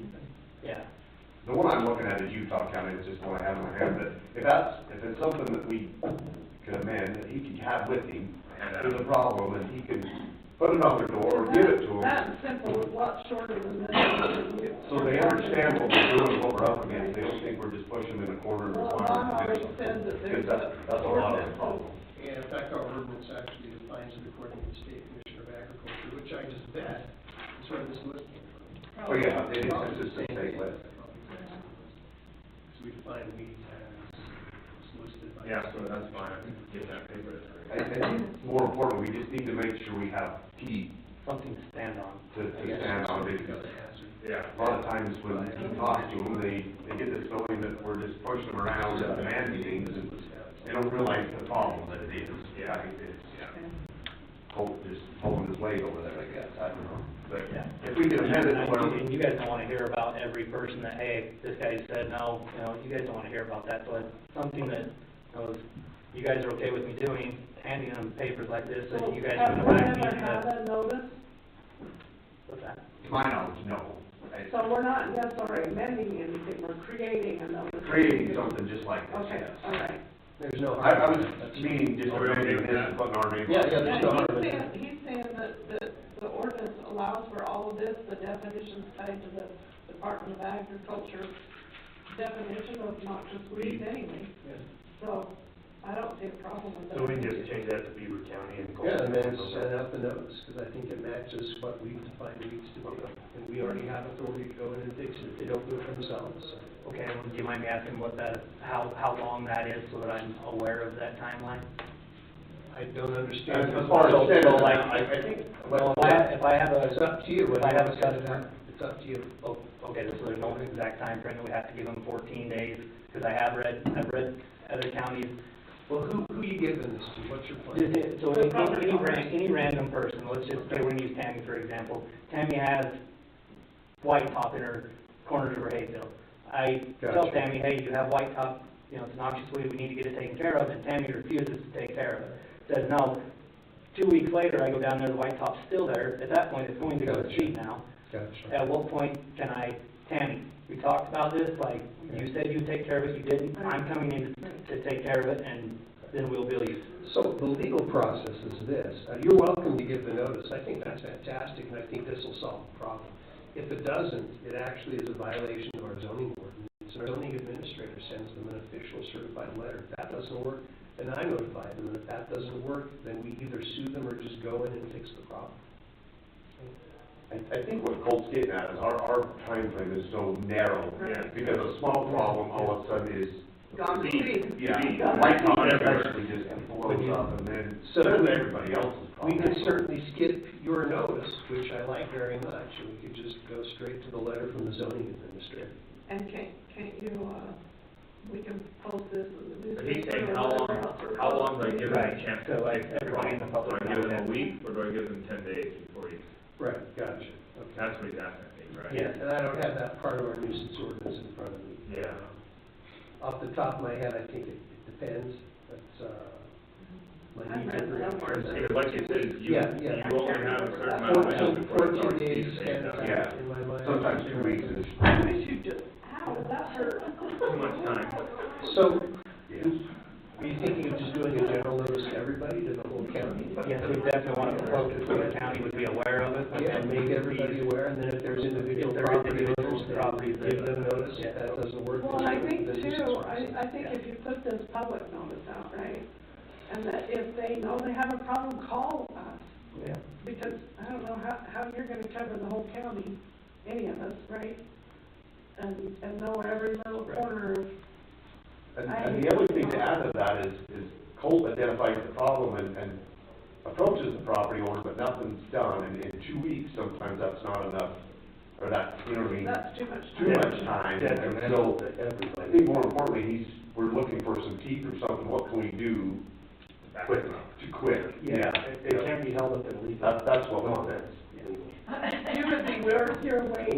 We're all you got, buddy. Yeah. To keep from getting sued, you gotta wait for the first. I'm just saying. Like, I- if you this is the eradicate process we jack have, stickers, right? Oh, Part of the yeah. nuisance. You would be, where's your rate go? And then on top of that, the new invasive species is that little freaking, Or buttercup. buttercup, we have a Oh lot my of it. Lord, I've never seen anything such a nightmare in my life. I went and looked at a guy's property up North Creek, actually just the other day, he called me, he had about a 5-acre piece that he planted in grass last year, and there is nothing that looks like he planted straight burr buttercup in 5 acres. It is that thick and bad. Well, you know, seriously though, 7, 8 years ago, never heard of it. And now it's everywhere. It's all over the BLM. You know what it is? It's like a little thing, and it's just a ground cover. It looks like a ground cover. I'm sure I So have it's it. just like poplar. People think that they call them jack stickers, but they're different. The jack It's sticker not is the jack bull, sticker. the goat head looking thing, Yeah. and these are like a football shape, and they got little spines all over It them. was like a little. Yeah. Cockelberg, miniature things, but they hang on everything. So I guess you need to look at the whole ordinance. Yeah, so I'll get a copy of the ordinance to you. In the meantime, let's Keep it publish yourself. this someplace. Okay. County website, county journal, wherever you want to publish this, let folks know they need to take control of their weeds. And then if there's specific problems, we can do it the long way, which is your notice first, then Kyle, then me. You can just go straight to Kyle. If it's an emergency and you need to rush it. And honestly, I think that for the most part, people, I'm gonna be able to tell is when you give them the notice, hey, look, and we talk to them, they're gonna let me come and do it or they're not. I would think For the so. most part, I'm gonna be able to tell that difference, but it's just having, I don't wanna do my job wrong, so that when it comes to you guys, hey, your weed sprayer guy, this is, you know, how he handled it, we're not okay with that. You know, and I don't want it to come to you guys and be like, no, this is the process that we asked him to use, so. We'll speak with Honey first. Speak with him first. Again, this has been a problem for a lot of years, and we're trying to amend that problem, and see a little help. Right on. We just have one other question though about, like, our. 10 days. Okay, It's even better than 14. so like, you know, within our city limits, we have a point system that, the noxious weeds that we use, it's called EdMaps. And that's where my grants, everything is done through that now. We have a major issue in the city limits. And this EdMaps is statewide. Yes, You know, so, it's nationwide. so everybody sees your problem. Does that make sense? Okay. Everybody can look at. Yes, Milford City and Milford City have a lot of points. You guys can move around to every one of those points, you can pass that around, you can zoom in. The points, those are points that in the past, the weed supervisors and other people, the BLM, there's only certain people that have access to be able to put those points on there that have identified the problems in our county. And for me to do the grant, those points have to turn from red saying that you guys have a problem to yellow saying that they've been treated, or on the green saying that they're actually eradicated. The grant system works, they look at this, there's no more pictures, and print it off saying, hey, we have a problem, can we have somebody to help fix it? They go off of this. The guy that I've been working with recently to see if we could get a grant basically called Beaver County a red block. Oh, Because our county is nothing but red dots all over it. So they're showing that we have a weed problem, but Beaver County's not doing nothing about it to take care of it, so therefore your chance of getting any money or none. So we have a big portion of that inside the city though, and I mean the county obviously we're good on, but within our city limits, I talked with the BLM. They're going to be good. We're going to try to work something out hopefully so that we can work, you know, in partnership with the BLM. State lands guys, it's already given permission to go into his places, but it's within the city. And I just don't know what you guys How want do to we, do with yeah, how do we go take about care of the city problems? and making the city state, you know, take care of theirs. Are they going to pay the counties, let me come and do their roadsides and stuff where these problems are lying, or within city limits, you know, the city having teeth requiring property owners to take care of the problem. I'm pretty sure they have an ordinance, I bet they do. I'm sure they do, but I think they just need to know. I We mean, tried this, that was the reason for the 2.5 acre lot, is to avoid that. But if that's gonna affect our funding source, then something needs to work on that. well, a lot of the city stuff it shows on roadside. There are numerous of them that are in people's yards that. So we're probably past this year already, right? Because I mean, a lot of weeds probably already. No, we're like right in, we're right in. But to solve the problem with the city is probably not gonna happen this year. So just getting the city to agree to do something. Let me go do it. But our budget is Their property or everybody's property? no, it would just be theirs, the regular property owners, and we have to send those notices just like it's in the county, and they're gonna be able to call, you know. but again, it's key with the city, they have an ordinance in place. I'd probably go talk to the city. They need to also be on top of this. With the property owners. And what Colt's saying is they're right of ways and their streets and Beaver City, within their city limits, there's quite a few places that. Maybe you and I should go see the city. Well, this has not shown anything like it inside Milford City, but like the flats really bad. There's no decision. There's no weeds there? But Beaver said. There is project cleanup going on. Yeah. Just kidding. Well, And Minersville Town's only got a couple of pins, but Milford County, like somebody pinned a lot of stuff in Minersville. Beaver. Do you want me to go with you? I think you guys should go with cities. I said, how do you guys want to go about it? I think a lot of it is just being in the know, you know, getting to understand. Let's go see Jason.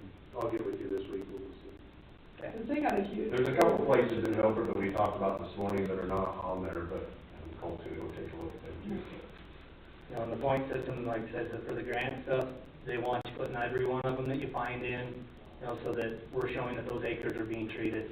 And therefore, they're more likely to say, hey, you guys are going to do something, yeah, you're more likely to get some grant money. And the grant money would help out on allowing us, getting people to come and do it also, because not all, some grants will let me pay, you guys could pay my wages with it, others would do the chemicals. And I mean, so they're different ones.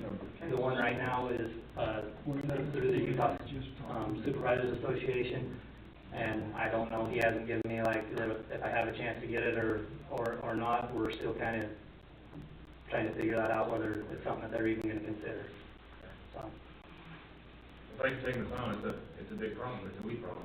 Yeah. You better go feed those guys, or Clayton's gonna eat his left arm. Or somebody else. Thanks for coming in. You guys will figure that out. Yes, on the payment plan, and we'll talk to Beaver City, so. So you wanna do just like the 3 months, like we talked? Yeah. Up to 3 months? Yeah. Okay. If you get pushed back, let us know. Okay. Thank you guys. Thanks, appreciate it, Paul. Thanks, Leanne. Uh-huh. Heidi, Sorry for the rush.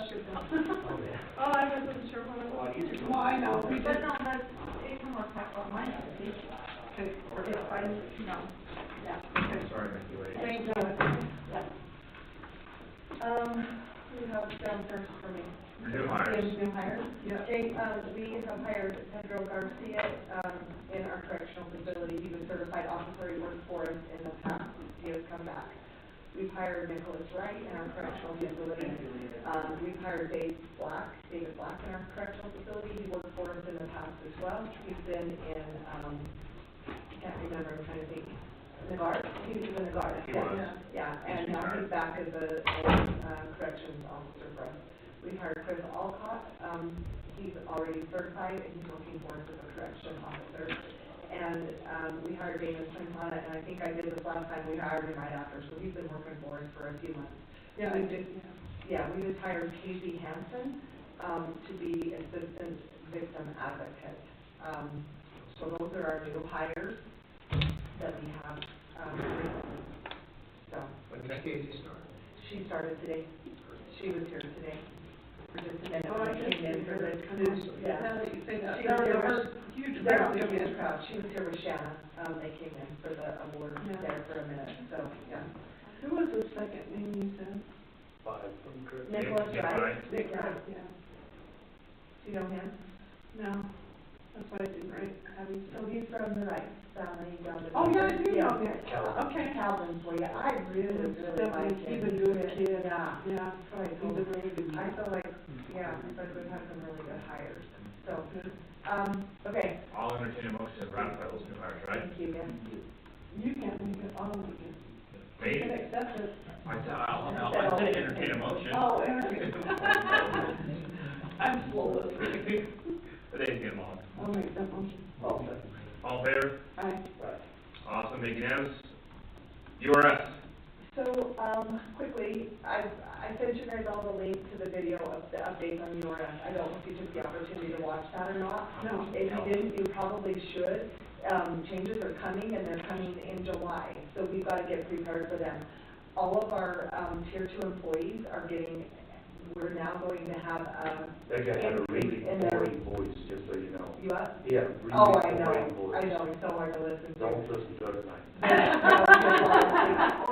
There is an increase coming to all of our Tier 2 people. We are allowed to do the pickup, and I've talked to you about this, but I'm going to a meeting tomorrow, again, with URS, and so there's a lot of work on this, and I don't have the solutions completely, and I'm open for ideas for solutions as well.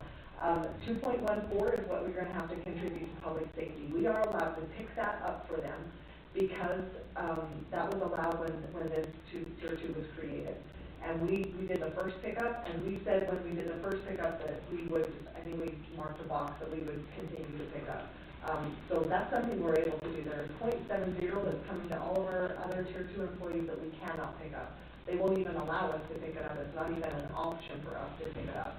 So, as HR, directors throughout the counties, we've been discussing different ways that we could potentially offset this cost for our employees. They did a meeting, This thing tips forward, and I can't even see the screen. Sorry. No, you're okay. They did do a meeting with all of the tier 2 employees, and so anybody that listened to that meeting knows that this is coming. I have URF coming again on May 22nd to do a presentation.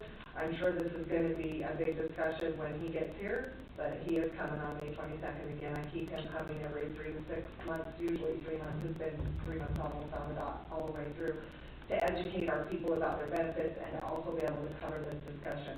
One of the options that has been considered, you can't, if you do want to offset this cost for the employees so that they do not see a reduction in their pay by withholding, because we're going to start withholding this 0.70%, one of the options that's been discussed is potentially doing a 401k match, where they put the 0.70 in and we put 0.70 into a 401k for them. And that way, that's kind of cost for cost. It's really complicated if you try to increase wages to cover 0.70 cents. There's no way to do it to have the cost be offsetting. And then if you increase the wage by that, then you're increasing the amount you put into URS. It's like a domino effect, right? You're not actually matching. And so that's one of the ways that's being considered and discussed as an option for us to maybe offset the cost where we're not allowed to just pick it up. If we did try to do it through their wages and URS changed their mind and legislation changed and we were allowed to pick it up, we couldn't go back and take it back from their wages because we've already given it to them in a wage. Right. So at that point in time, if we were allowed to do the pickup, you'd have already given them 0.70, then you'd have to adjust your pickup. And so by doing it through a match, through the 401k, we have a lot of flexibility there. We are getting a decrease in our tier 1, so the amount that we're having to contribute to tier 1 is going down.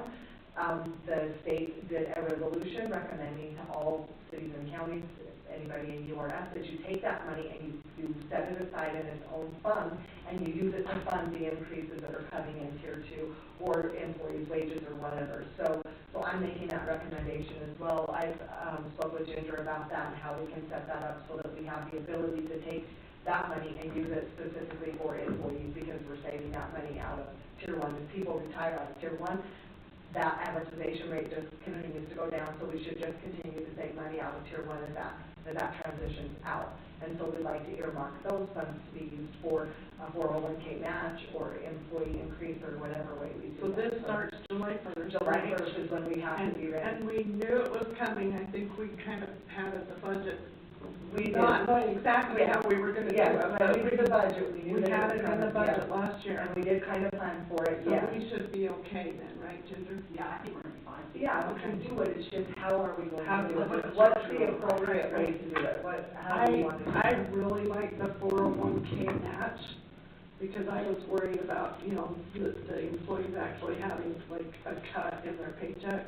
But if we have a way that we can match it, that they want to, because it is a match, but we only pay in if they want to pay in, right? Right, but for all of our tier 2 people, it would be an automatic match because they're going to automatically be paying in.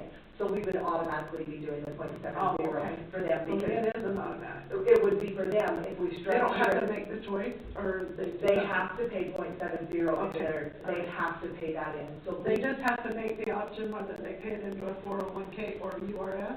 No, they pay it to URS. This money goes into URS to fund the pension. But we can do a match where we put 0.70 into their 401k. Oh, okay. So they're putting 0.70 into URS. We would put 0.70 into their 401k. Okay. All right. And so then it would be investing into their pension. And in that match, I would like to present to you if you guys are leaning towards that we offer a match to all of our employees and we set the parameters for that because with the money we're saving on the amortization rate, we could do a match, we could start doing a match for our employees, where, and we could set the parameters, right? How much we would match and how much you have to contribute, but we could start doing a 401k match, which is huge incentive for our people to invest some of their own money into the retirement. And once your own money becomes involved, you care about what it is and what's going on with it, and people start looking at their retirement, and they start seeing the value and the benefit in it, rather than it's just there and they don't ever think of it because it's out of sight, out of mind, and nobody's putting any money in it. If they're putting money in and we're matching, they're gonna want to know what that is, where their money's going, how they're gonna learn about the retirement system. So there are some advantages to doing a match. So I'll work, on that a little bit more. If you have any other thoughts, I'm hoping to get thoughts tomorrow at my meeting, different ways. I better watch the video. Yeah, watch the video and then we'll try to find our options. I'd rather listen to her. Yeah, they do a good demonstration of how, It does help you see what's happening, right?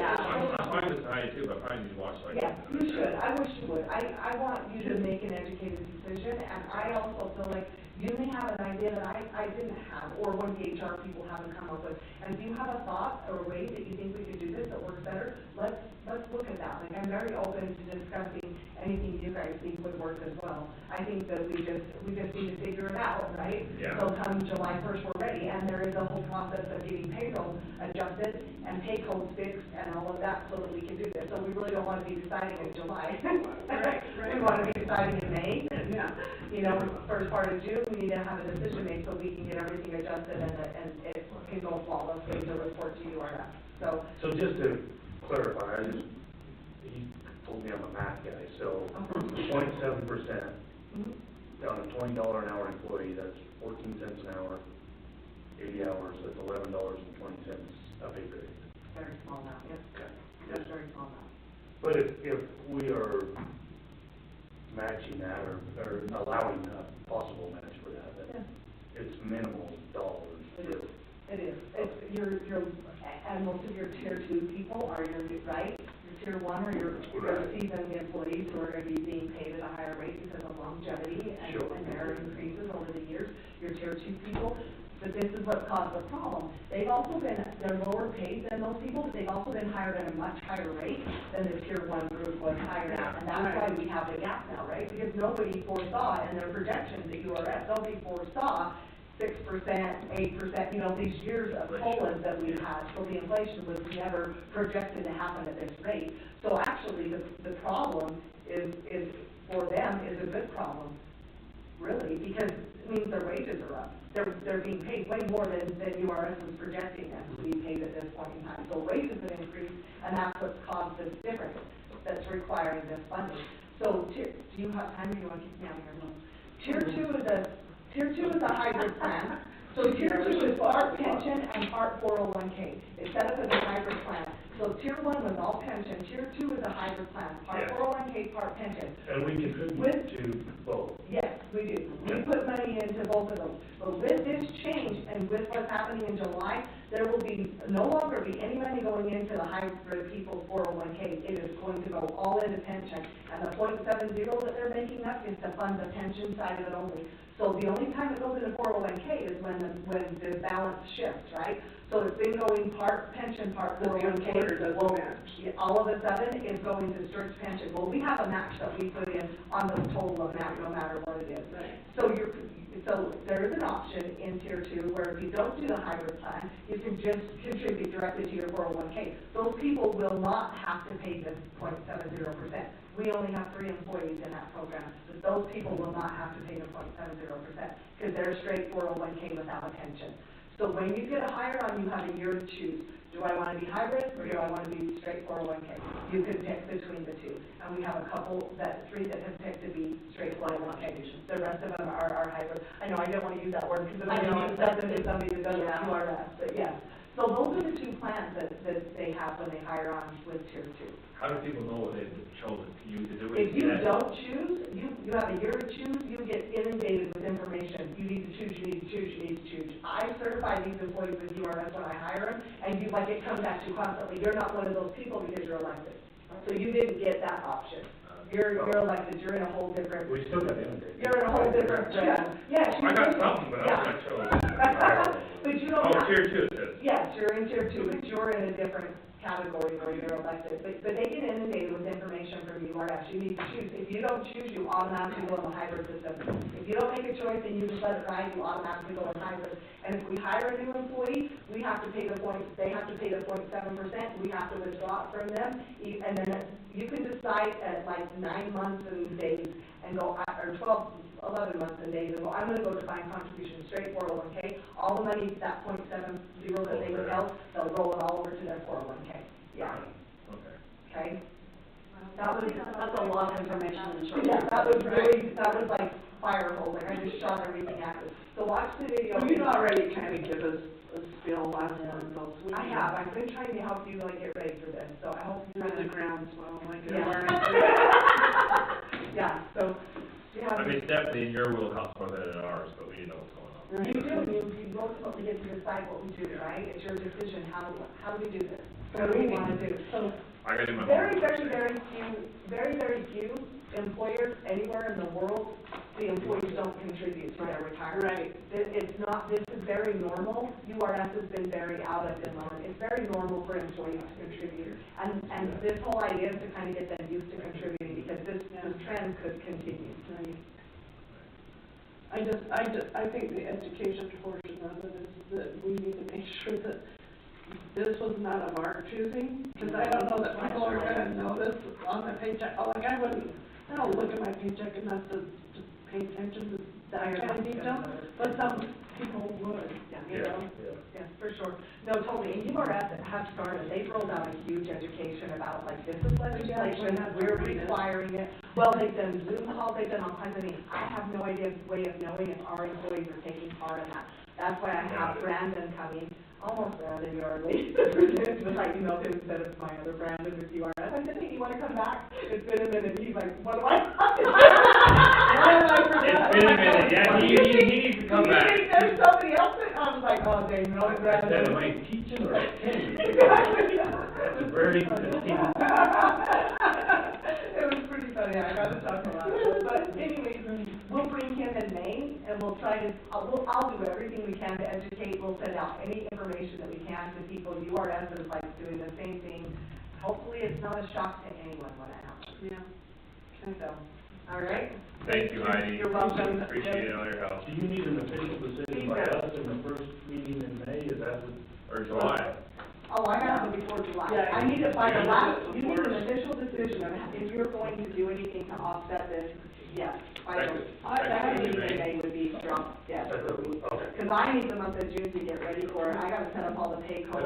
No schedule steps, no. For the first pay. I would think, have it resolved by the first pay. Okay, in May. Yeah, and then we can get all. Couple of weeks later. Oh, that's only. That's like next week. It's next week. I think you better do the second one, because you gotta give us a chance to get all the information gathered. 10 days, yeah. Or you gotta do the second one. We switched commission meetings. It's the 23rd already, so yeah. You got 2 weeks. What day did we set the meeting? Seventh. So you want on the 7th or the 21st? Well, why don't we have a discussion on the 7th, and if we're ready to go, we go. If we're not, we can, yeah, we can table, yeah, so let's put it on the 7th and see if we can get. You're all right. You are, and if we are, we'll go for it. All right. Is that fair? Yep. Thank you much. Speed round.